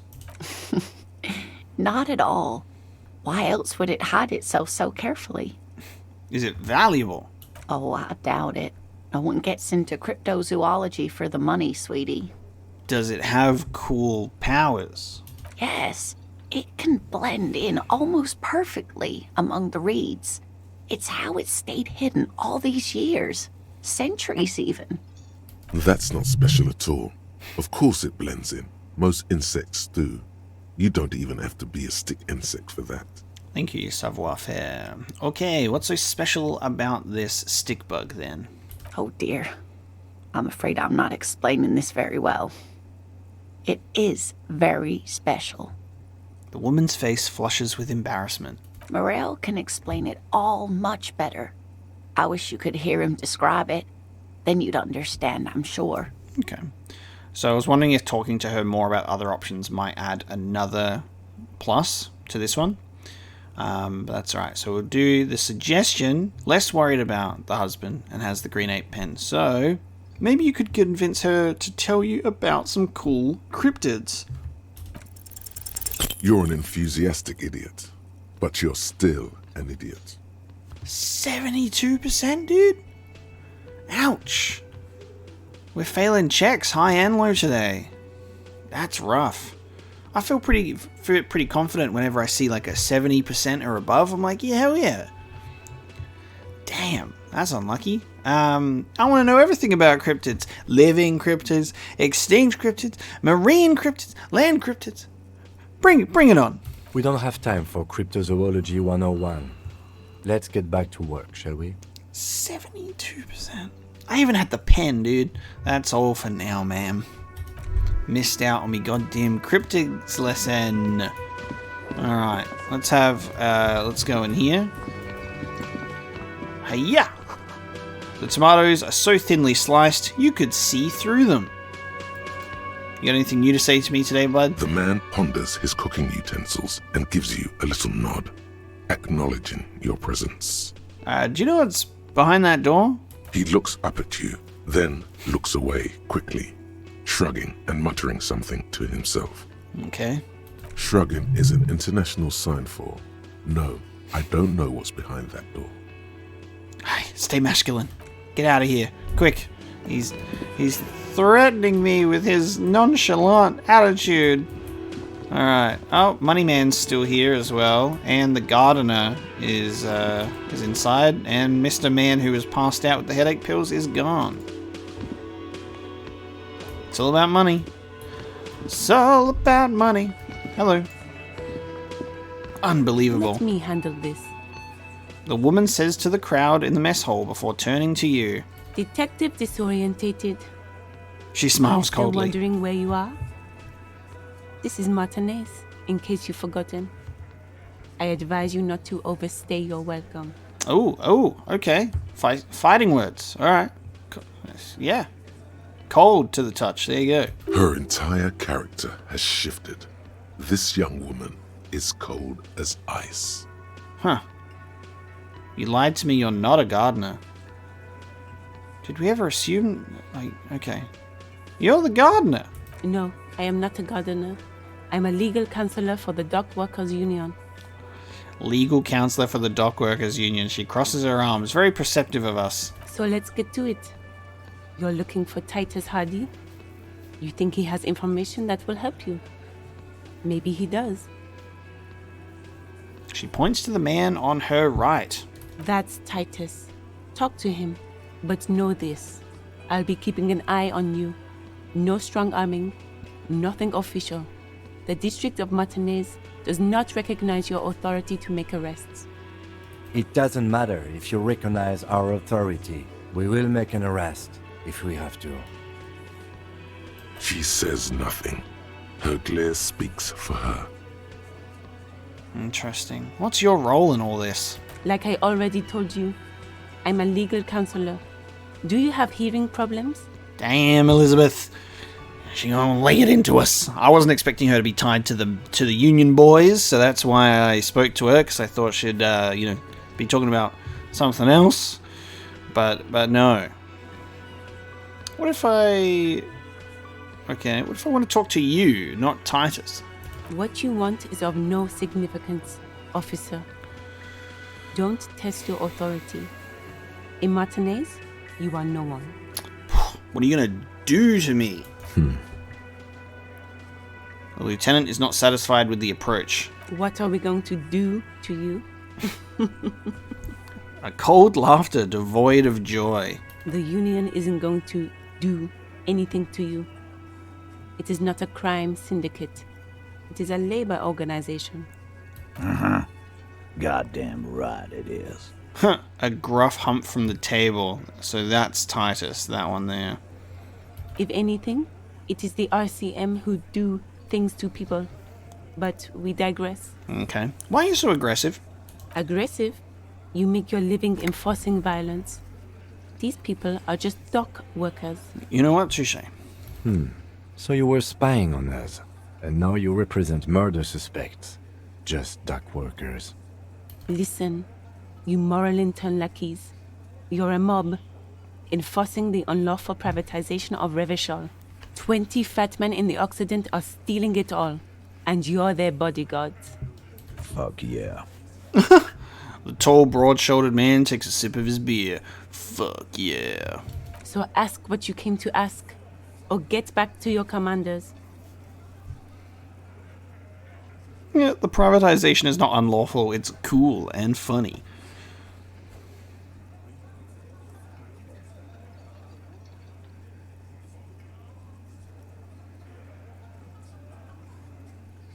Yeah, let's do that. Let's ask those questions.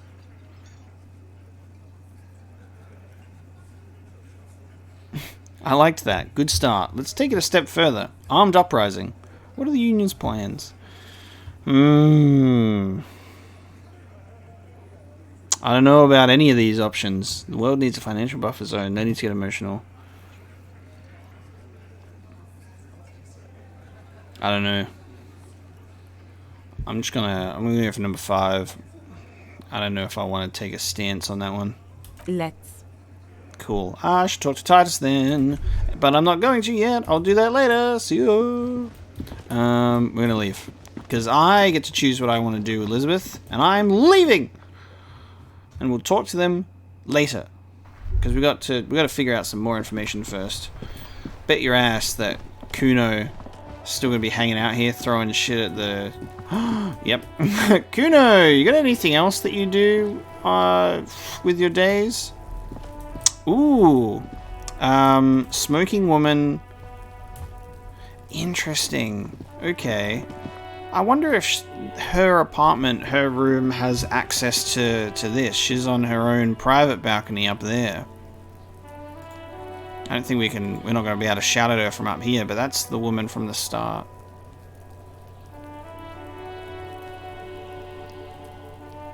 Interesting. Considering she's staying at Whirling and Rags, also in a sense could probably make her a suspect in some way, shape or form. I mean, it could be possible that she's also someone who could have potentially made the call.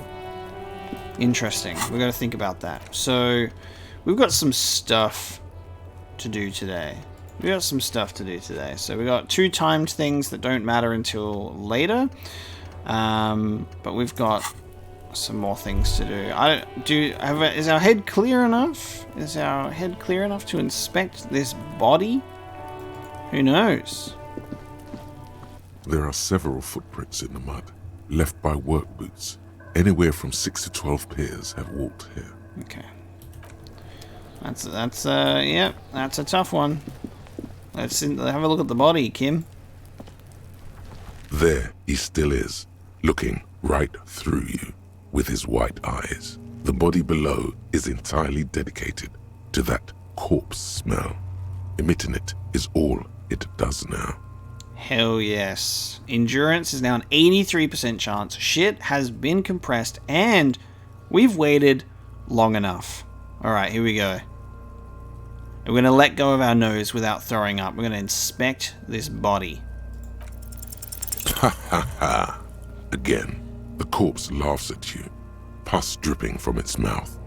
You will never be able to hold it in.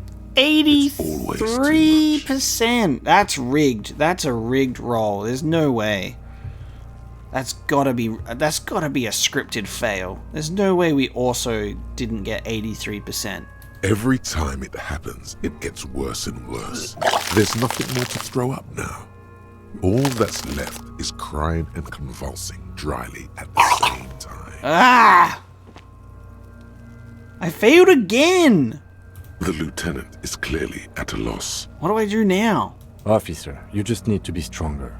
Learn to keep it in long enough for us to work. There's nothing else to do. Surely the next chance that we get is going to be like 90-something%. Relax. It's okay if you don't make it today. The bloated corpse isn't going anywhere. Alright. Turn away. Oh. Oh no. I was like, Cuno's changed his, Nah. Hello. Fuck does Cuno care? The boy turns to you. He doesn't care. Got any speed? Oh, is that Cuno's shack? Interesting. God, this is going to be a disaster. Cuno's like the final boss of this game, honestly. Empathy. Oh god, because we backed down from Cuno as well, it's also a -1. Very low percent to even figure out what's going on with this kid without empathy. Nah. Cuno doesn't fucking care. I know! I'm not ready for Cuno, dude. He's too powerful. She's too powerful. However, we can go into the shed and we can go into the... up there, which we haven't done yet. We also need to get our coat. Oh, this is locked. The trash container stands in the spring snow. Is this locked though? The smell of rotten food rises to greet you. Okay. You see soggy cartons, dirty rags, and organic waste. I just wanted to check if there's anything that has changed, but they're all grayed out. Interestingly enough, it's unlocked. I guess we just didn't lock it again. You see, you've done this before. A box falls into pieces in your hand. The container sounds a muffled gong. Yeah, we'll get out of here. Gong. Leave. I will be back for you, Cuno, when I get stronger. An old call box. East Delta Commerce Center. This must be the name of the doomed commercial area. Okay. This is all kind of going to be the same. Actually, I wonder if we're able to talk to the bookshop again. Which one was that?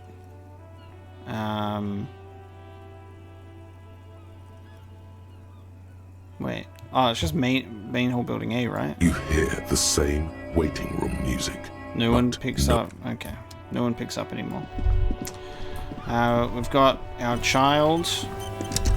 Ooh, we got someone shopping. Someone's on the steps. It's cool to see the subtle changes to characters and people that are out here. I make my own way. It is all, always have, always will. They don't know me. No one knows me. I work hard. I play hard. Nobody works harder. All right, so we've got. Is that the drunk guy who was here before? I can't remember.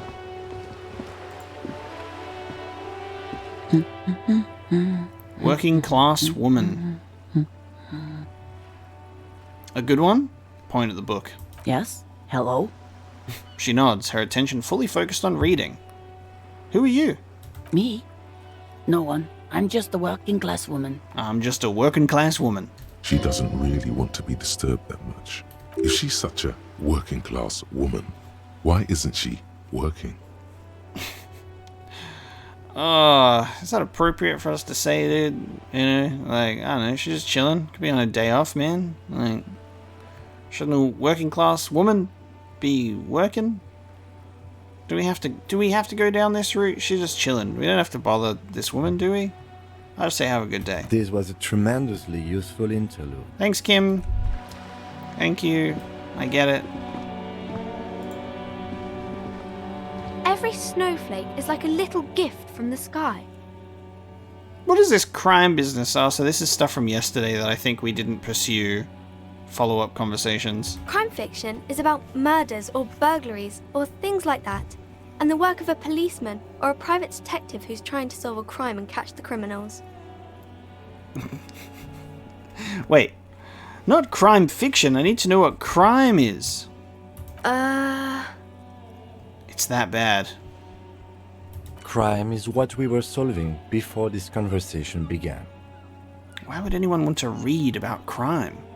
It's exciting to people, I guess. They get to imagine dangerous things, and it's kind of like a puzzle, where you can guess who the criminal is, or how the good guys are going to catch him. I'm a policeman myself, by the way. You don't look much like a policeman. Huh. Well, what does a cop look like then? Didn't mean to offend, sir. Sorry, sir. It's just that you don't look like Dick Mullen.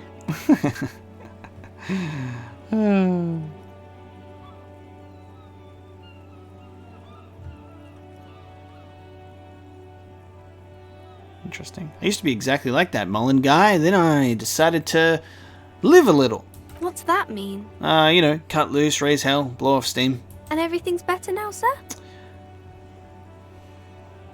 Yes. That's great, sir. Yeah, I'm not gonna break this child's view on reality. I'm living a little, and it's great. I don't know if it's necessary to go through every single option here. Again, this is the thing that I say when there's a lot of options, and dialogue points are actually like very opinionated and seem to point in certain directions. So I think it's one of those things where it's like you don't want to exhaust all your options in how you speak to people, I think, in this game, because sometimes you can back yourself into a corner you don't want to be in. It's already happened before. More about books, maybe? What is romance, Annette? It's the type of book where there's a rich lady and she has to choose between the good man and the bad man. Why do good girls like bad guys? Or there could be a story about a poor lady getting a rich man. It's about man and lady business, sir. Man and lady business? What about a poor man getting a rich lady? What about when both of the men are bad? These are not very common. You can't have a choice between bad and bad. Nobody wants to read a story like that. What if it's written really well? Well, maybe then it's fine. Maybe if the lady then decides not to pick either, because she doesn't need a bad man. Yes, that would be interesting. Okay. What about a poor man getting a rich lady? It happens, but usually the guy gets rich in the process. Or should actually be rich himself, but has lost his family property unjustly, like during the revolution or something. I see. Those are unhappy books, for most of the pages. People sad about what they have lost, but then it all turns out just fine in the end. What about when everyone is poor? That's really not a proper romance story. That's more like everyday life. Okay, sometimes you have to write about real life things. Not in romance books, sir. These are about nice and pretty people, and everyone is happy in the end. So fairy tales, then. What about a book where the man and lady business doesn't work out at all? I haven't read many of those. Maybe you should ask Mum. Yeah? You think she has one about a excruciatingly painful breakup? I don't think it's a romance story if the main characters break up, though. No, think about it. One where they plunge into a torrid spiral of pain and recrimination. And only it's really long and drawn out. Scarred for life. Phantom limb. The phantom pain. No, I don't know. Doesn't ring a bell? Alright, I'll ask your mum.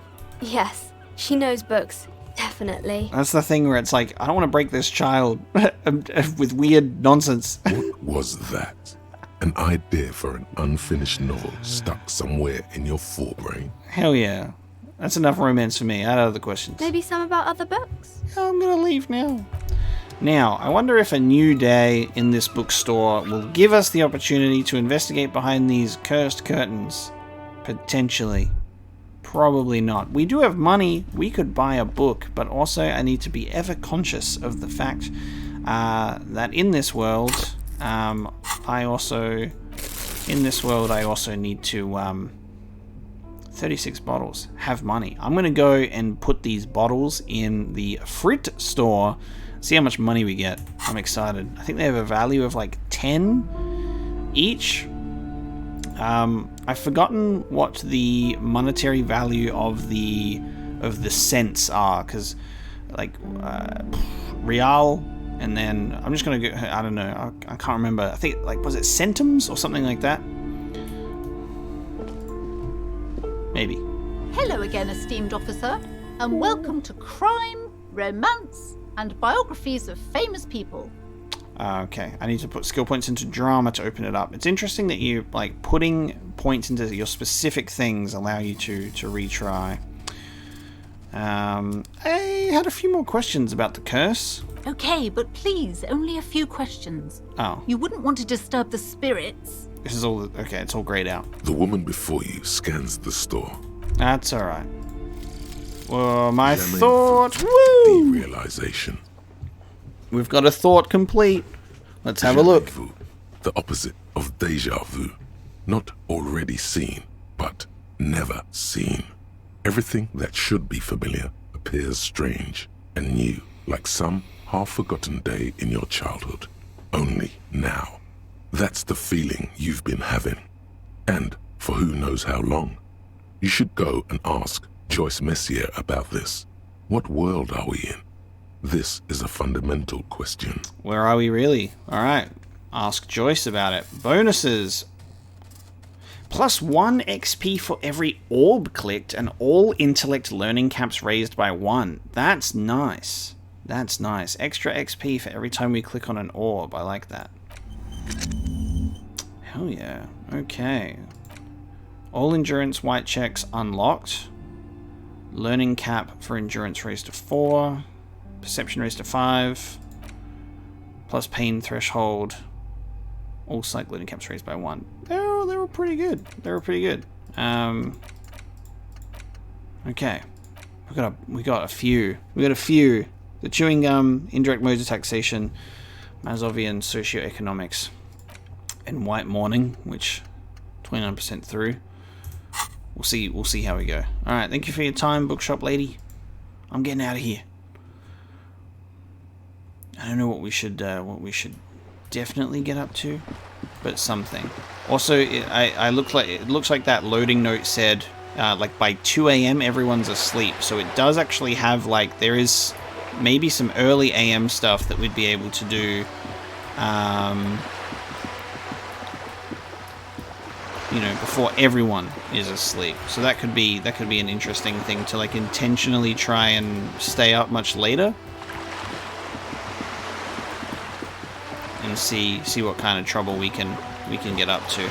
So I think this is a good opportunity for us to continue our conversation with Joyce, get what we need from Joyce, find out where we are, and she might be able to give us some more information to arm ourselves with against the Union, as well as maybe finding this other dude as well. Just have to see how things play out.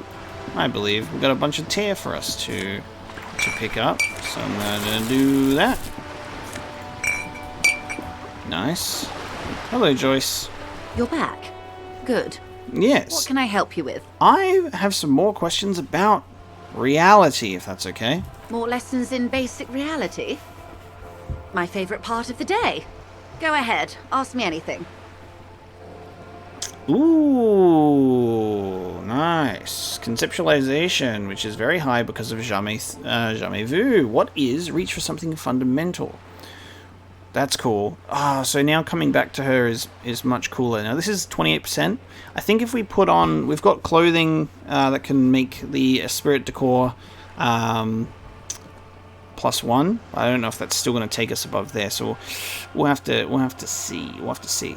I think we can try this one when we have a higher percent of getting it. So let's do our conceptualization. What is all of this? The scent, the sound, the air. What world is this? What world? The only one, I suppose. The world of matter. And its pale antipode. The camera of her mind glides over the surface of the water. What do you see? Great bodies of water. Forest-covered surfaces. Clusters of light where the cities lie. You've seen the montage. We all have. This world is enough. She concludes. There is a term of endearment they coined for it in the DeLorean century, when humanity was high on this world, discovering more and more of it, these archipelagos included. What is it? Elysium. There it is, baby. There's a term of endearment they coined for it in the DeLorean century. And our corpse in the dream says we have failed Elysium, failed the world. Elysium. The world needs a term of endearment. It does. There are those who would call it hell. What is hell? A term of hatred that originates, like many such things, with the Mesk petro-fascists. Okay. I don't feel like I've got the whole picture yet. Oh, you want a picture of the world? There is no complete set yet, dear. They're having some trouble reaching orbit. Oh, how come? Great things are difficult to achieve. For now, we're viewing the world from the inside, sideways. Yeah, cool. Inside, sideways? What shape is this world then? We used to think it was a sphere, but that is beginning to look less and less likely by the day. You wouldn't know it from the tabloids, but the ORG nations have been launching weather balloons into the lower ionosphere since the 30s. Nice. Turns out the land is being carried on the back of a giant tortoise, right? ORG. Occident Reverscholgrad. Occident Reverscholgrad. Thank you, Encyclopedia. There's a steadily increasing trickle of images. Between the big three scientific contributors, they're piecing together a dark grey corona. A dark grey corona? Yes. Pale covers 72% of the surface. There are grey flares and prominences, even arcs above entire isolas. The images are blurry, but if there was a sphere in there, it certainly looks like it fractured a long time ago. Huh. Pale covers 72% of the surface. We've had something that was mentioned here as well in the bookstore about the pale, I think. There's also... Oh my god, wait, what the hell are you telling me? You seem to be spooked. Please don't be. The pale? And what do you mean corona? They say there is a rarefied envelope of matter surrounding the darkened disk of our planet. That is, if we are still living on a planet. Or, to speak more plainly, imagine vast swathes of land disrupted by nothingness. Okay. I am sorry, dear. It must sound quite terrifying through the acute encephalopathy. Even scientific positivism isn't entirely convinced about what we're dealing with here. Huh. But this is one of the greatest questions of our time. Maybe when they get the complete set together, it will jolt us out of our rut, bring us together, however naive it may sound. Damn, okay. A fractured corona doesn't feel like it's gonna bring anyone together. You have misimagined it.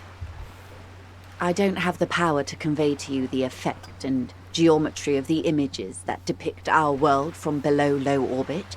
It's like the crowning of the world. It's insane. Very disco. You'd love it.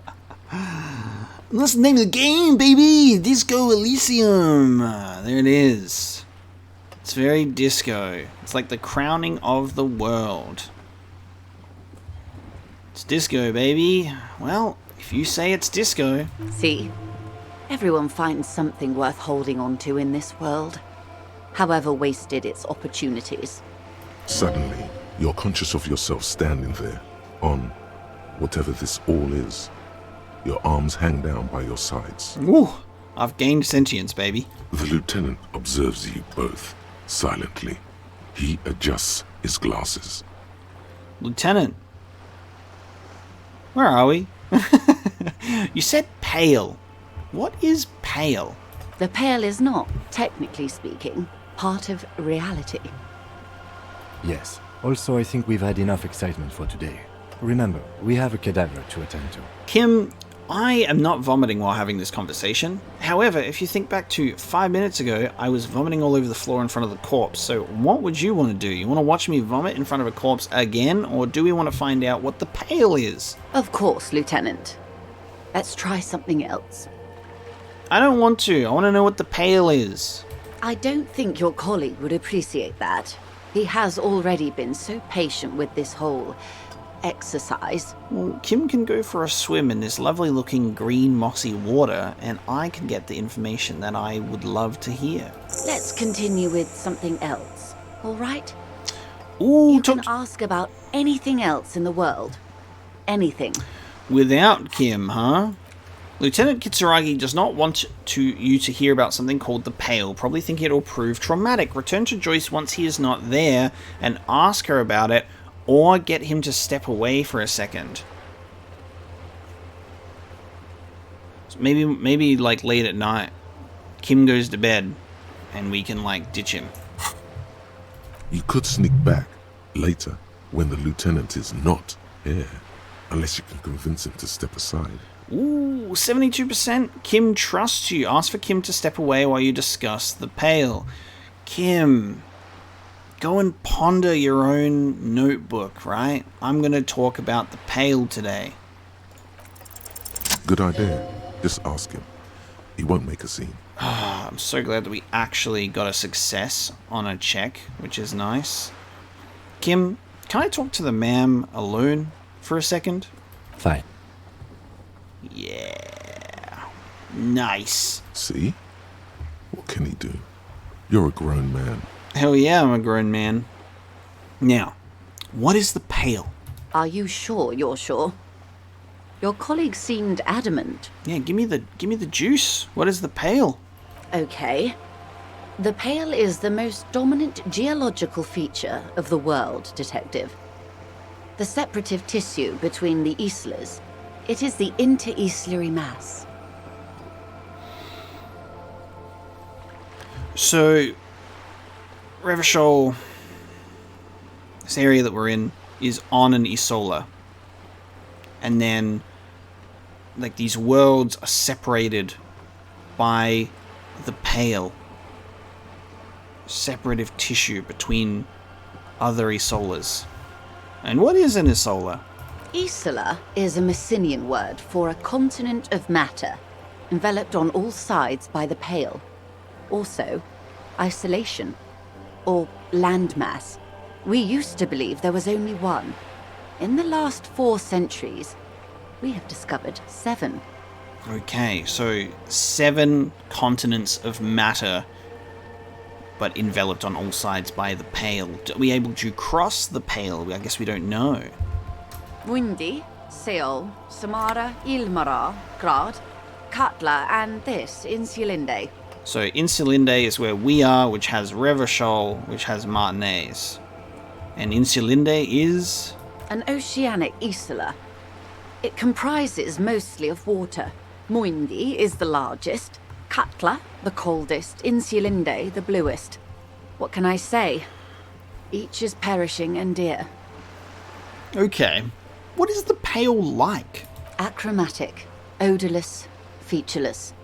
The Pale is the enemy of matter and life. It is not like any other, or anything in the world. It is the transition state of being into nothingness. Is it here? No, Detective. We're safe. It begins there, 6,000 kilometers to the north, and even more to the south, east, and west. You are in the middle of the Isla. Okay. As your gaze instinctively turns north, a small black pit opens up in your stomach.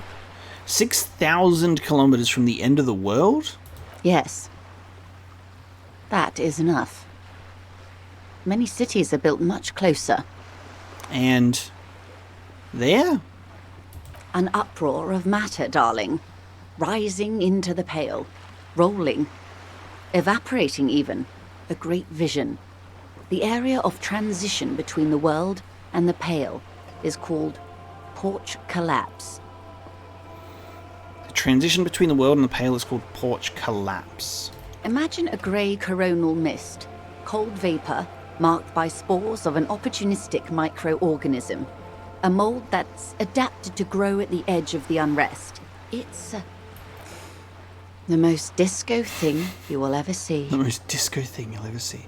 What are its physical qualities? It's difficult to describe, or even measure. Something whose fundamental property is the suspension of properties. Physical, epistemological, linguistic. So interesting that Joyce is the character to be the one to give us the lore dump, you know, the big stuff about the Pale and the world itself. Joyce is the one to do this. The further into Pale you travel, the steeper the degree of suspension, right down to the mathematical. Numbers stop working. No one has yet passed the number barrier. It may be impossible. Well, there you go. If we're surrounded by Pale, how do you get from Isola to Isola? And she's literally saying, like, everything stops working. If we're surrounded by Pale, how do you get from Isola to Isola? I'm doing so much listening and not enough breathing that my brain keeps going, yawn, boy! I'm sorry for yawning. I'm not even tired. How do you get from Isola to Isola? Oh, it is so difficult for us. Deflate, her words like a sigh. A squall of birds. Hardware operating in the harbour. Firm. Self-evident. It is possible to force dimensions on the Pale. In modern times, we can even compress its latitude, bouncing radio waves from one end to the other, shortening the path. But it is still hard for humans to navigate the Pale without getting lost, or having our minds damaged. Or having our minds damaged.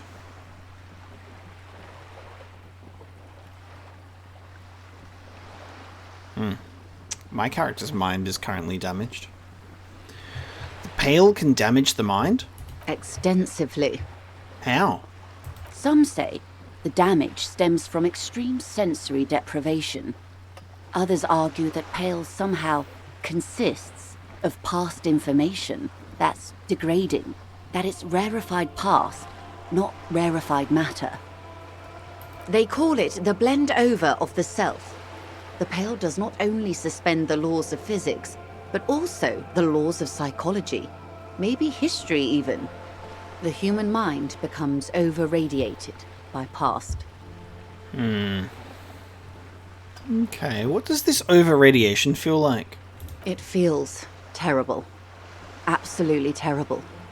International standards strictly limit civilian travelers to 6 days of Pale exposure per year.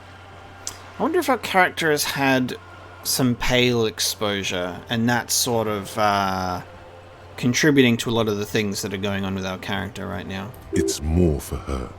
Way more. You're not a civilian passenger? No, nameless detective of the Citizens Militia. I am a member of the Entreprenetic Business Class. I'm cleared and trained for 22 days of Pale transit annually. Okay, and are you over-radiated? Up to my gills, officer. Huh. What is entreprenetic? Entreprenetics is the scientific study of the Pale, or a recent iteration of it by way of grad. The study of the Pale reaches back 6,000 years. The Pericarnassians called it the Western Plain. Did they cross it, the Western Plain? There are signs of pre-modern crossings. Successful navigation of the Pale relies not just on technical know-how, but intensive psychological preparation. Some of these tactics have been known for thousands of years. What has entroponetics changed then? Nothing. We remain powerless before the Pale. The only real advance in Pale transit is the speed with which an aerostatic craft can pierce it. Less exposure leads to less effects later. Aerostatic craft? Hybrid airships, Detective. Conventional rotors or jet engines no longer add velocity after the point of reference for motion is suspended, once you've crossed from near Pale to far Pale. In essence, we throw them in and they come out the other end. If we throw them precisely. And if we do not? Then they don't. God damn, this is a hell of a conversation to have before 9 a.m. on a Tuesday. Gone, like a skipping stone beneath the surface. Okay. How much Pale is there compared to the world? The Pale outweighs reality 2 to 1. There is more Pale than there is matter, and the ratio is slipping. Slipping how? To our detriment, or...? What do you think, Detective? It's shrinking. There is more and more of the world. It's growing. There is more and more of the Pale. Second option. Precisely. One of the few measurable effects of the Pale is that it is expanding at an unknown rate. An intuitive conclusion of that development is that one day the Pale will cover everything. But this sort of talk is mostly left to extremists. Cover everything? That can't be. Where would we go? Most people, and indeed most private and government sector organizations, entire civilizations and religions even, find handy ways to ignore or downplay that knowledge. I suggest you do the same. Yo, okay. Big lore dumps, big world information about what's going on here. We're not strictly on a spherical plane. Something much more interesting. Let's return to reality, please. Yes, sweet reality. But before we do, tell me, Detective, is this the first time you're hearing this? Do you really not remember anything? I sometimes sense vague shadows of a past, and it's not good. Then tell me, what do you think of the Pale? Ooh, okay. It's terrifying. You were right. It's disco. It will end all life. That we continue to persist at all is a testament to our faith in one another. Its advance can only be stopped with immediate, total, ruthless communism. A powerful anti-communist force, perhaps too powerful, but still, they have it coming. I'm worried, I have to say. It doesn't sound very liberal to me. I don't know how you've all survived with it. It's a huge accomplishment. Who am I to think anything of it? So we've obviously got our communist thing. We've got our fascist thing. We've got our ultra-liberal thing. And we've got our moralist thing. We don't have to take those pathways, though. I was literally just thinking, I'm just going to go, you were right. It's disco. Best way to deflect existential crisis is to play it off with a little bit of disco. Mm-hmm. Her eyes tense, crow's feet radiating from them. She observes you, your bloodshot eyes and swollen face. You really didn't know. This does not spell good for the investigation, Detective. If you don't know even this, then... She stops mid-sentence. This investigation will be my masterpiece, the one they remember me by, I promise. I hope so. I truly do. If I may suggest, hold on to your colleague, Kitsuragi. I ran a check on him and he is very competent. In the meanwhile, you have me. I will assist you in any way I can, even if we have to do it one basic term at a time. Joyce is so nice. Gave us money, gave us the lore dump of the game and the world, and is still like, come at me for more, because I'm not leaving this boat, apparently. Good. You have not passed out from it. Perhaps I worried for nothing. Are we still on the reality lowdown, or should we do actual police work now? You have not passed out from it, interestingly enough, as an observation, wondering if we're going to get, like, too overwhelmed and pass out. There you go. You needn't have worried. And I kind of want to be like, that was fucking insane, Kim. Yes, well, the rest of us have dealt with it for thousands of years, so... The rest of us have dealt with it for thousands of years, so he looks around, a little uncomfortable now. Wow.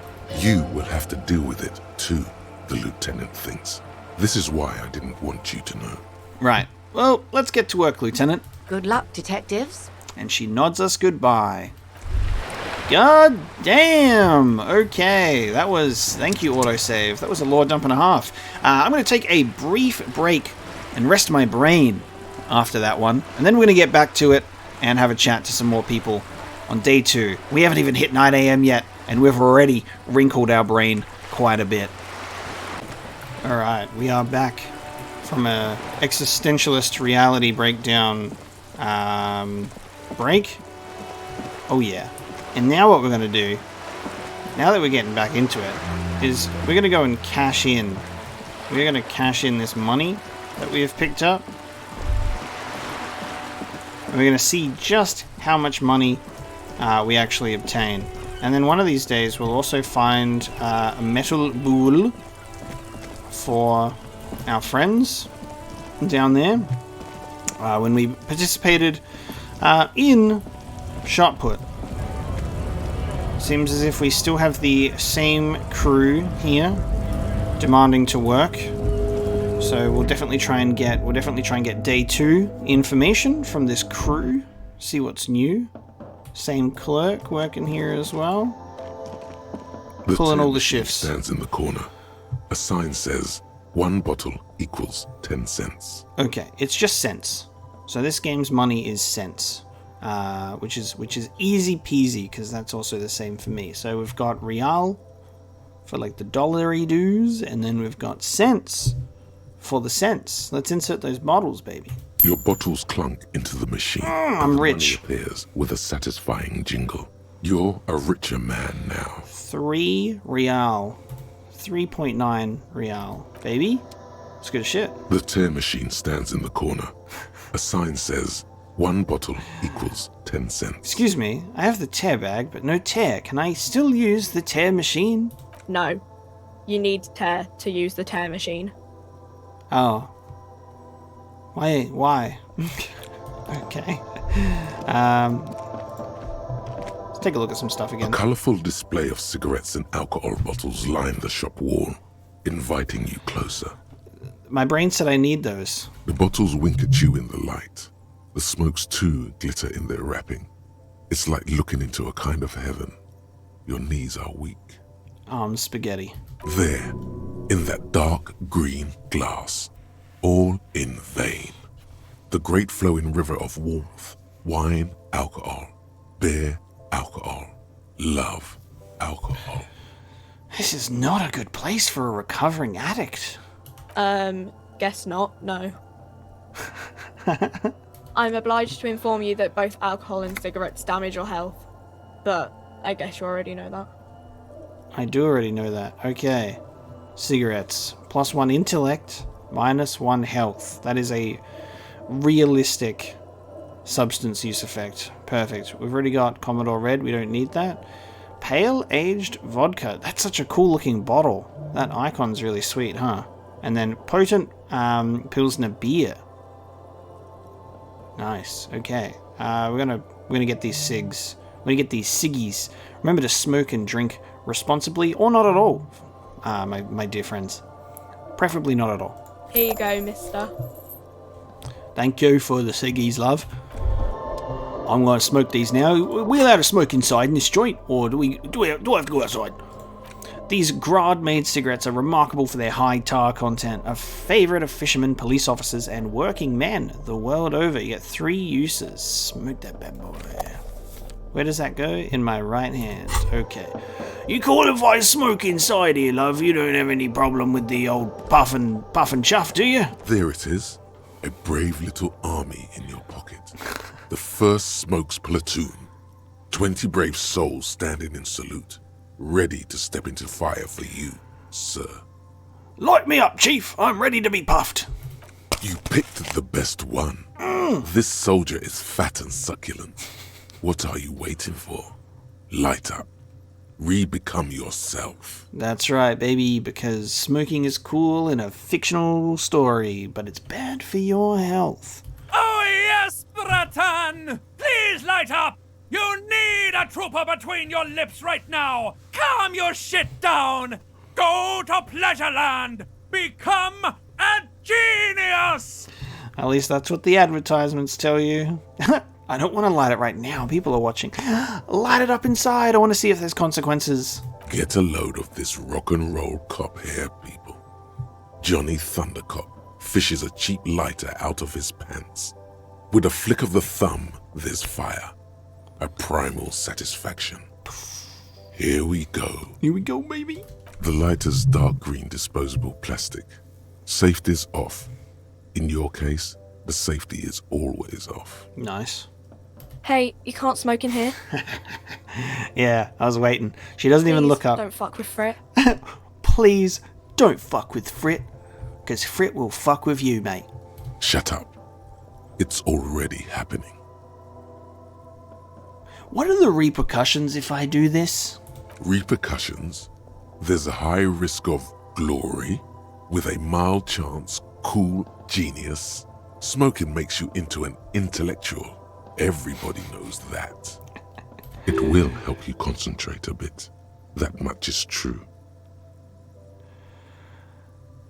I don't know if we should fuck with Frit, guys. But why is the decline option to throw it away instead of just putting it back in the packet like a sensible dude, like a sensible little dude? Don't fuck with Frit, she says. The girl's voice betrays little interest or enthusiasm. She doesn't even look up. What am I going to do? What are you going to do? Arrest me? Thick, warm smoke gets sucked down into your lungs. Immediately, you feel a warm nostalgia fill your head, body, and soul. A nostalgia for yourself. The man you were in your youth. Johnny Thundercop is back, and he's chill as balls. Chill as balls, dude. Chilly balls, innit, you know? No repercussions for my actions. That's what I'm talking about, baby. I fucked with Frit. What are you gonna do about it? Is this about the questions again? Because I don't really know anything. I love that. Don't fuck with Frit. I fucked with Frit and I live to tell the tale because I'm an intellectual smoking machine. Does Frit have a warehouse in the back of the Whirling in Rags? A warehouse? I don't know. Maybe. I don't really care what Frit does. Okay. Come on. Come on. Give me something to work with here. She looks up from under her brow. Yeah. Fine. Frit doesn't have a warehouse. Just a little back room here. Okay? Okay. You said I wouldn't want to fuck with Frit. Why? And is it too late? Because Frit has an army. Hold on. An army? You mean like mercenaries ready to kill people? Yeah, like 2,000 or so. But why would Frit need an army? It's just a corner shop. I don't know. It stops people from robbing Frit, I guess. If they know there's an army, I mean, I wouldn't want to fuck with them anyway. Okay. Businesses often hire private security this side of the river. It's an unfortunate state of affairs, but not unheard of. That's what the cops are for. You think the police, like, bother catching shoplifters? Frit polices themselves, so, yeah. Anything else you wanted? Do you have any ammonia for sale? She looks up from her magazine, eyes filled with tired ennui. Ennui? Yes. What we have is there, in the medicine cabinet. Go take a look yourself. Thanks, mate. Oh, cheers, Cobber. Let's go have a look in the medicine cabinet. A small cabinet on the wall is filled with various medicine bottles, nasal sprays, and blister packs. They all bear the Saint Baptiste Pharmaceutics logo. That's what I want to hear. Their logo is the bloodless rose. Pure white, untouched by harm. Nice. Just ask me if you need anything from St. Baptiste. We don't stock prescription meds, but we do have Nosafed, Duramine, Magnesium, and Hypnogamma.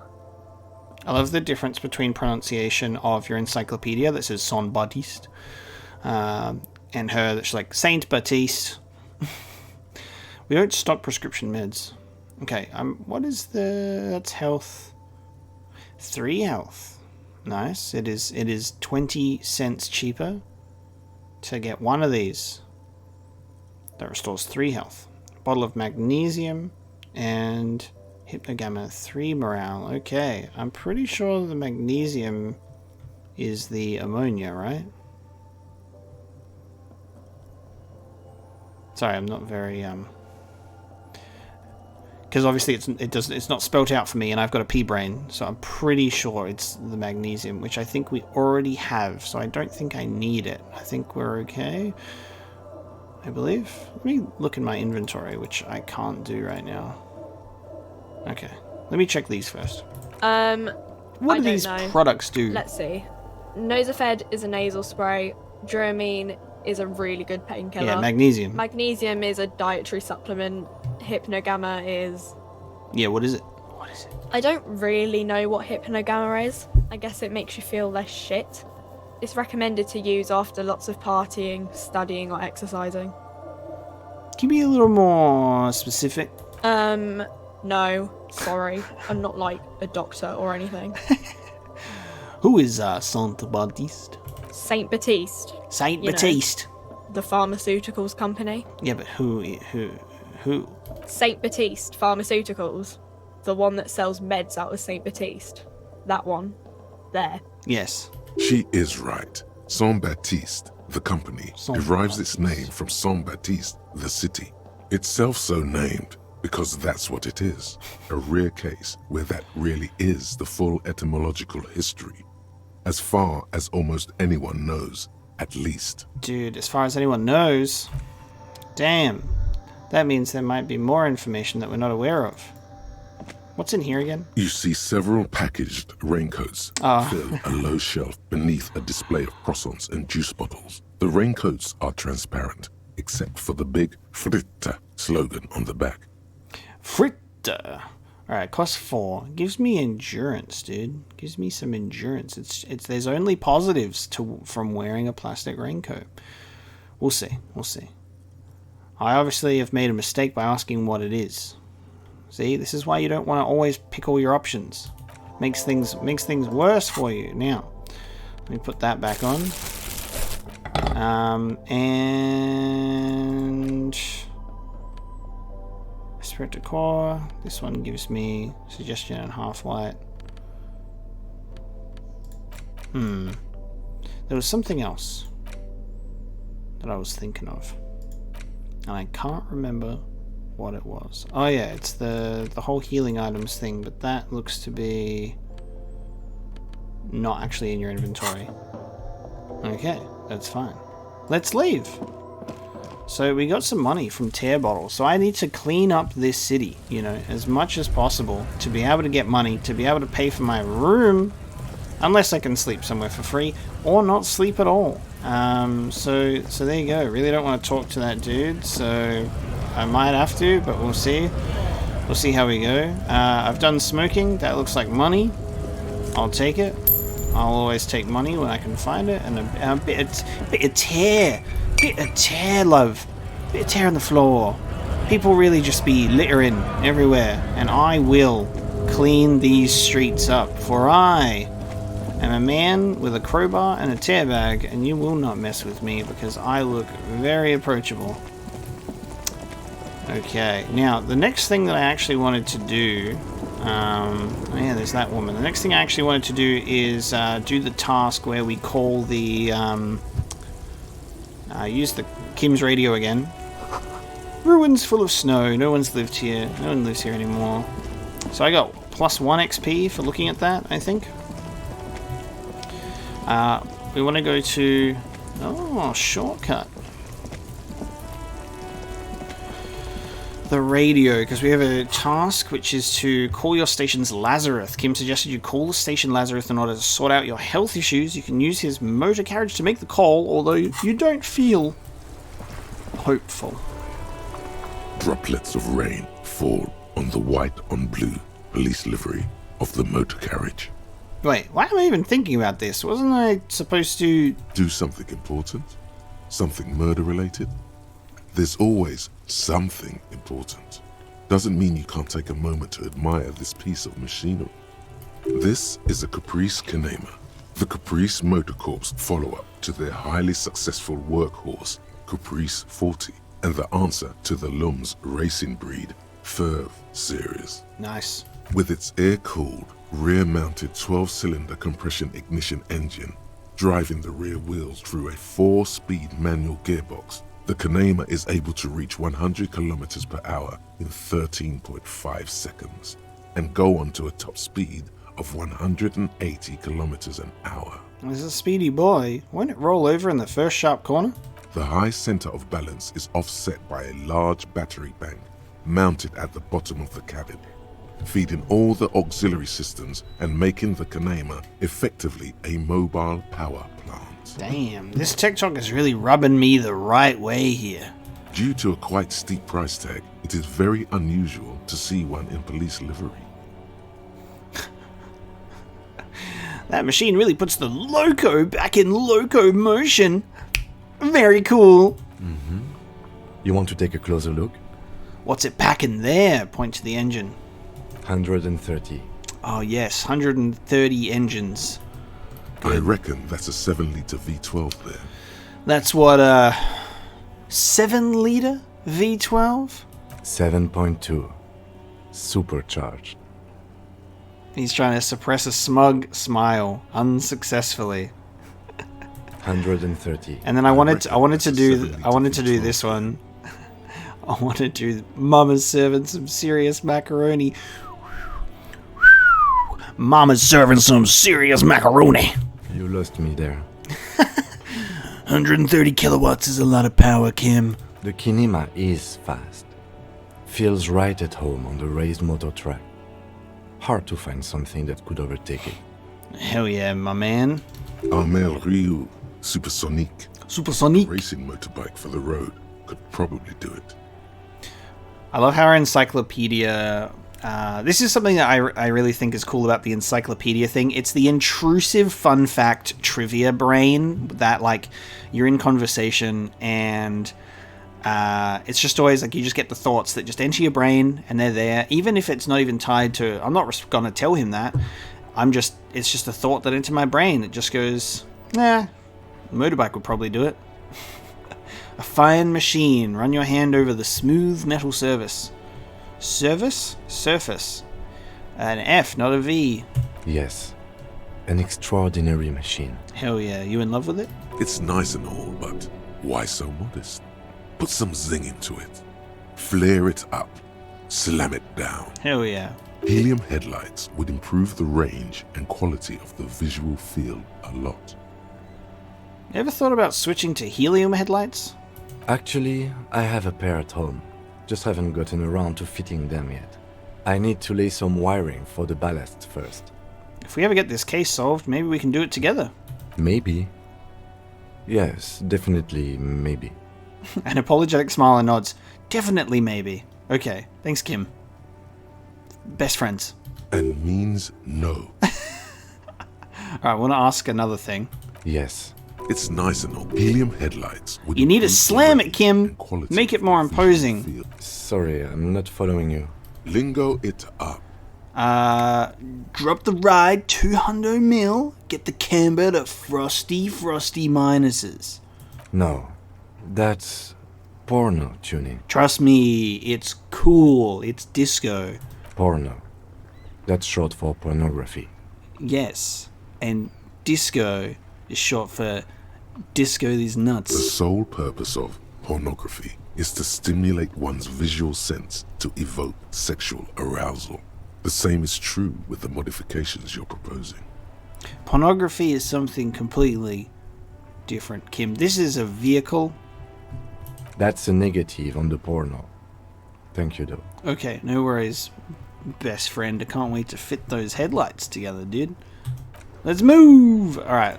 Inside, you see a set of steering Time for me to get on this microphone. radio, baby. Toolbox, and as you tap on the gauge, the indicator pin jerks as if startled. It's in the large orange sector, indicating the engine is warm. Next to the gauge is a red switch labeled heat. Heat? No, that's enough fun with the foldable headlights. I know they are mesmerizing. They're also fragile. I'm not going to turn it on for you again. Alright, just a kid in the car store. Alright, let's pull out the radio again. This is Precinct 57. How may I assist you? Alice, please connect me to Station 41's Lazarus, please. It will take just a moment, officer. Thank you. Her voices fade out into the familiar radio static.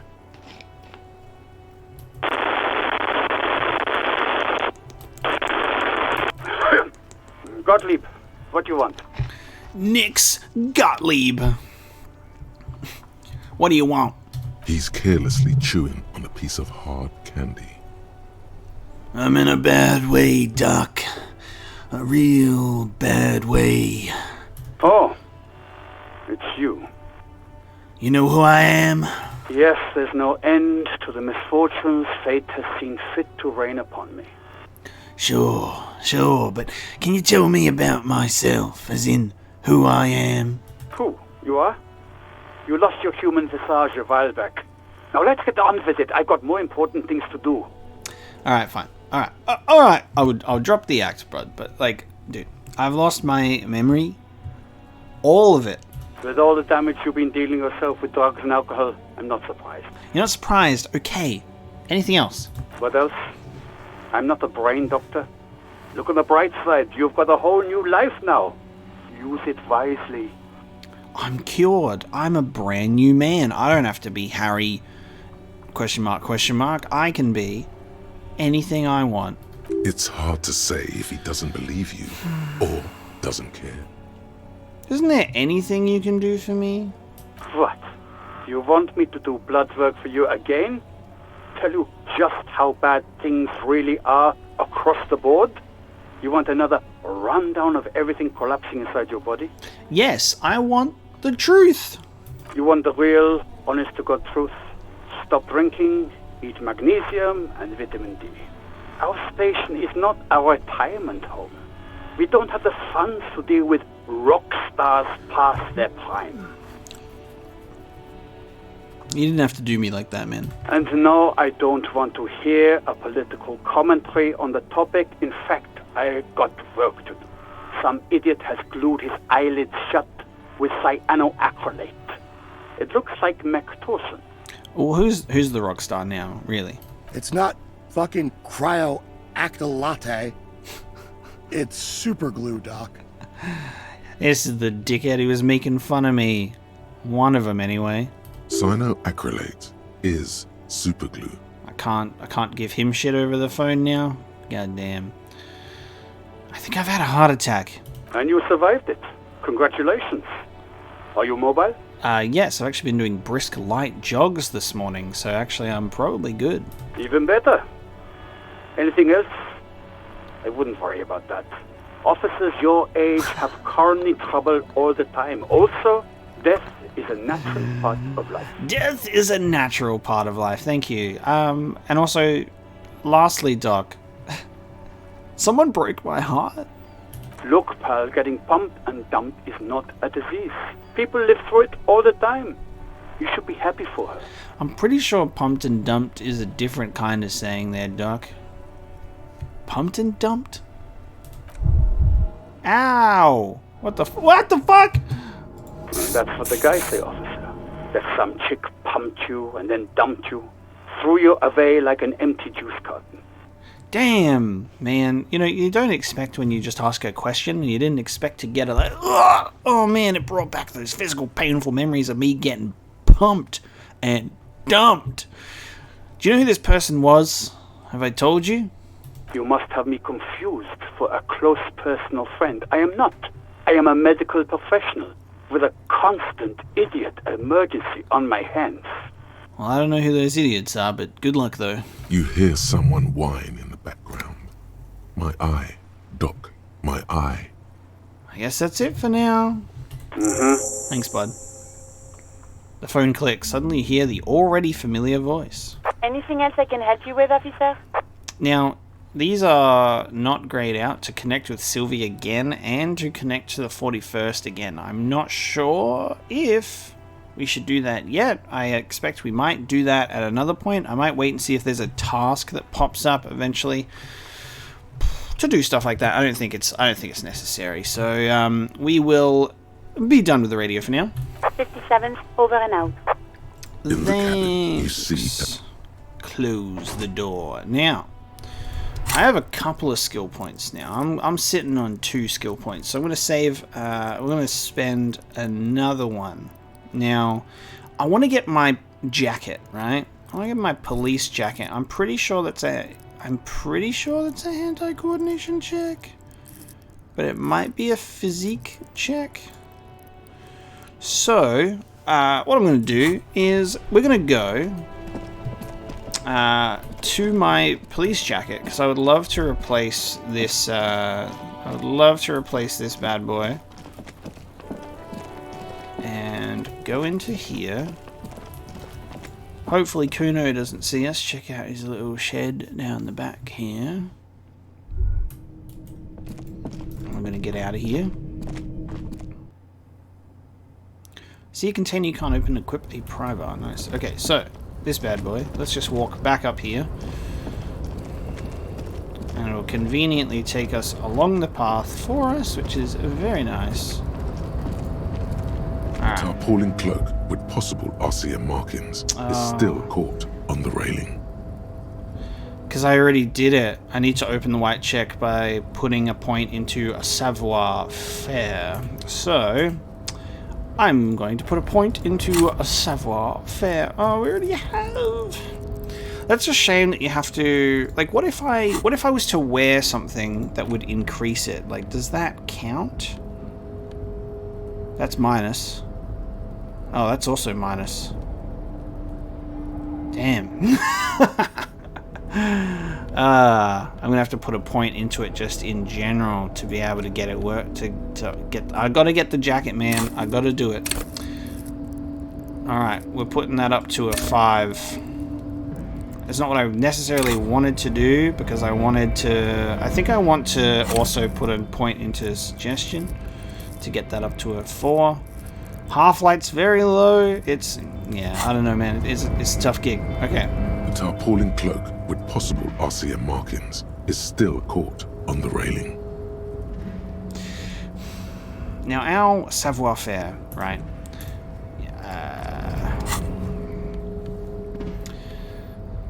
We don't have a minus, but we also don't have anything that gives a plus to it. Oh, I hate that we only have ones that give a minus. The rain jacket is endurance. I don't think there's any other clothes. Okay.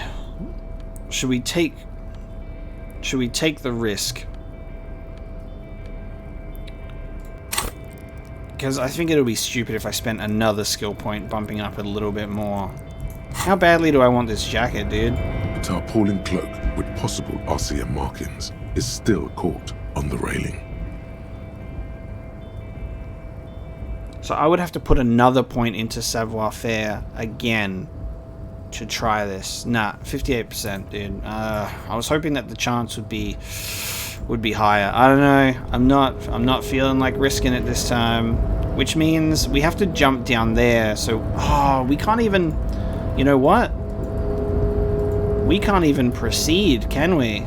Until we do it. Oh, that's. I have to do it.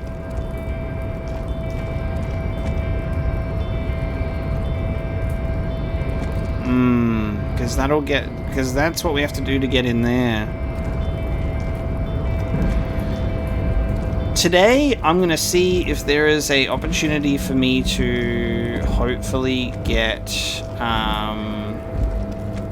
more points. Yeah, like maybe a piece of clothing or... Oh, actually, hang on. Is there a... Hang on a minute. That's physique. Intellect.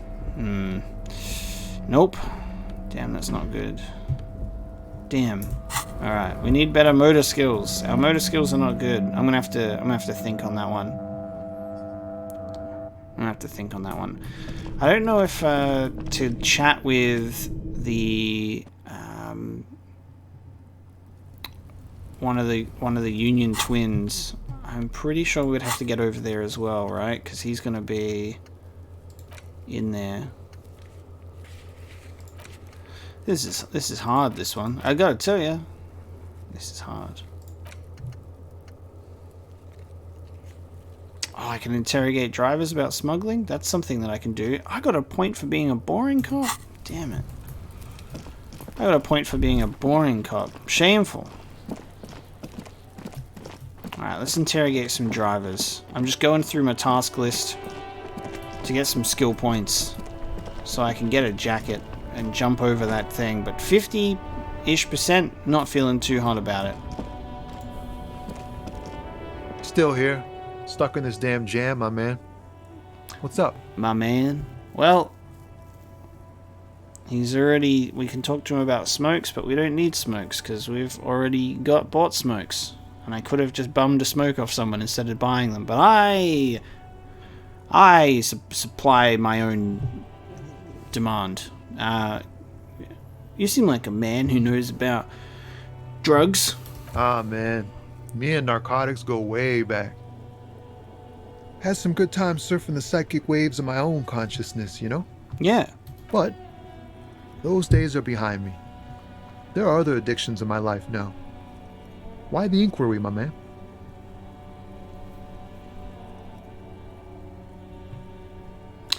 I need to get high. I'm looking for a dealer. Seems to be the best one to not give things away, otherwise we're just going straight into the questions. So I'm gonna try and be like, man, yo kids, you got any drugs on you? Hey man, that's serious criminal talk. Are you trying to pull some sort of an entrapment thing on me? Never. I wouldn't do that to you, man. You're a good guy to me. Entrapment is a practice whereby I know. an officer of the law induces a person to commit a criminal offense that the person would have otherwise been unlikely to commit, usually through some trickery, persuasion, or fraud. What? No, of course not. Then what's your deal here?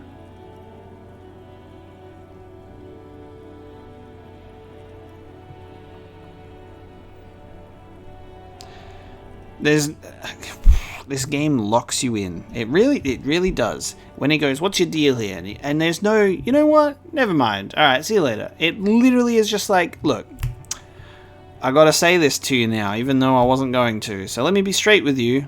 I'm just gonna say this to you, Tommy, because the game won't actually let me say goodbye. I'm trying to figure out who's smuggling drugs out of Terminal B. We have a credible lead, sir. Someone on this roundabout is waiting for a bulk shipment from the harbor to load it on their lorry and drive it to Jamrock. Not me, man. No way. I don't need any trouble. Shit's bad enough anyway. This jam's got folks up in arms, and I'm afraid it's headed toward a conflagration. Wait, then why are you still hanging around? Gotta guard the stuff. Bosses don't look kindly on missing cargo, and it gives me time to work on my rhymes. A rhymesmith? This is quite credible. It goes with its cadence and way of speaking.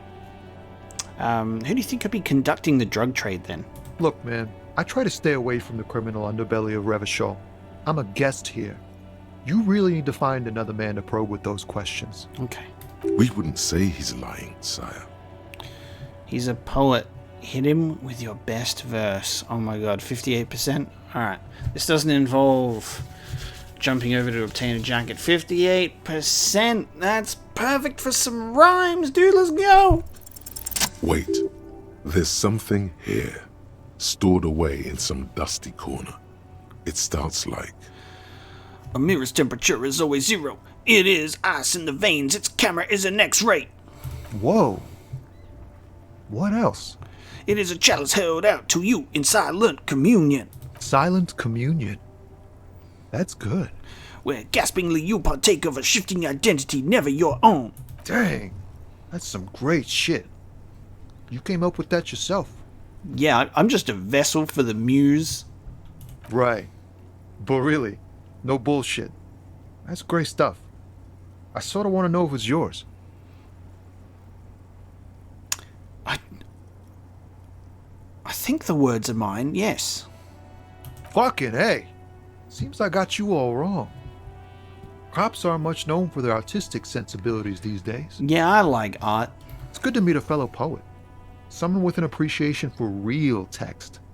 The others here, so you don't really get it. It all makes it easier to bear if the words are pretty. I get you. When they really click, it makes the world seem manageable. Good to be on the same page.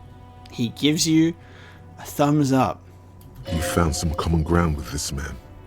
Even impressed him. The next time you look in the mirror, though, remember those words. Nice, okay. Next time you look in the mirror, remember those words. That's all for now. Bye. Yo. Why does art inspire you so much? It does, yes.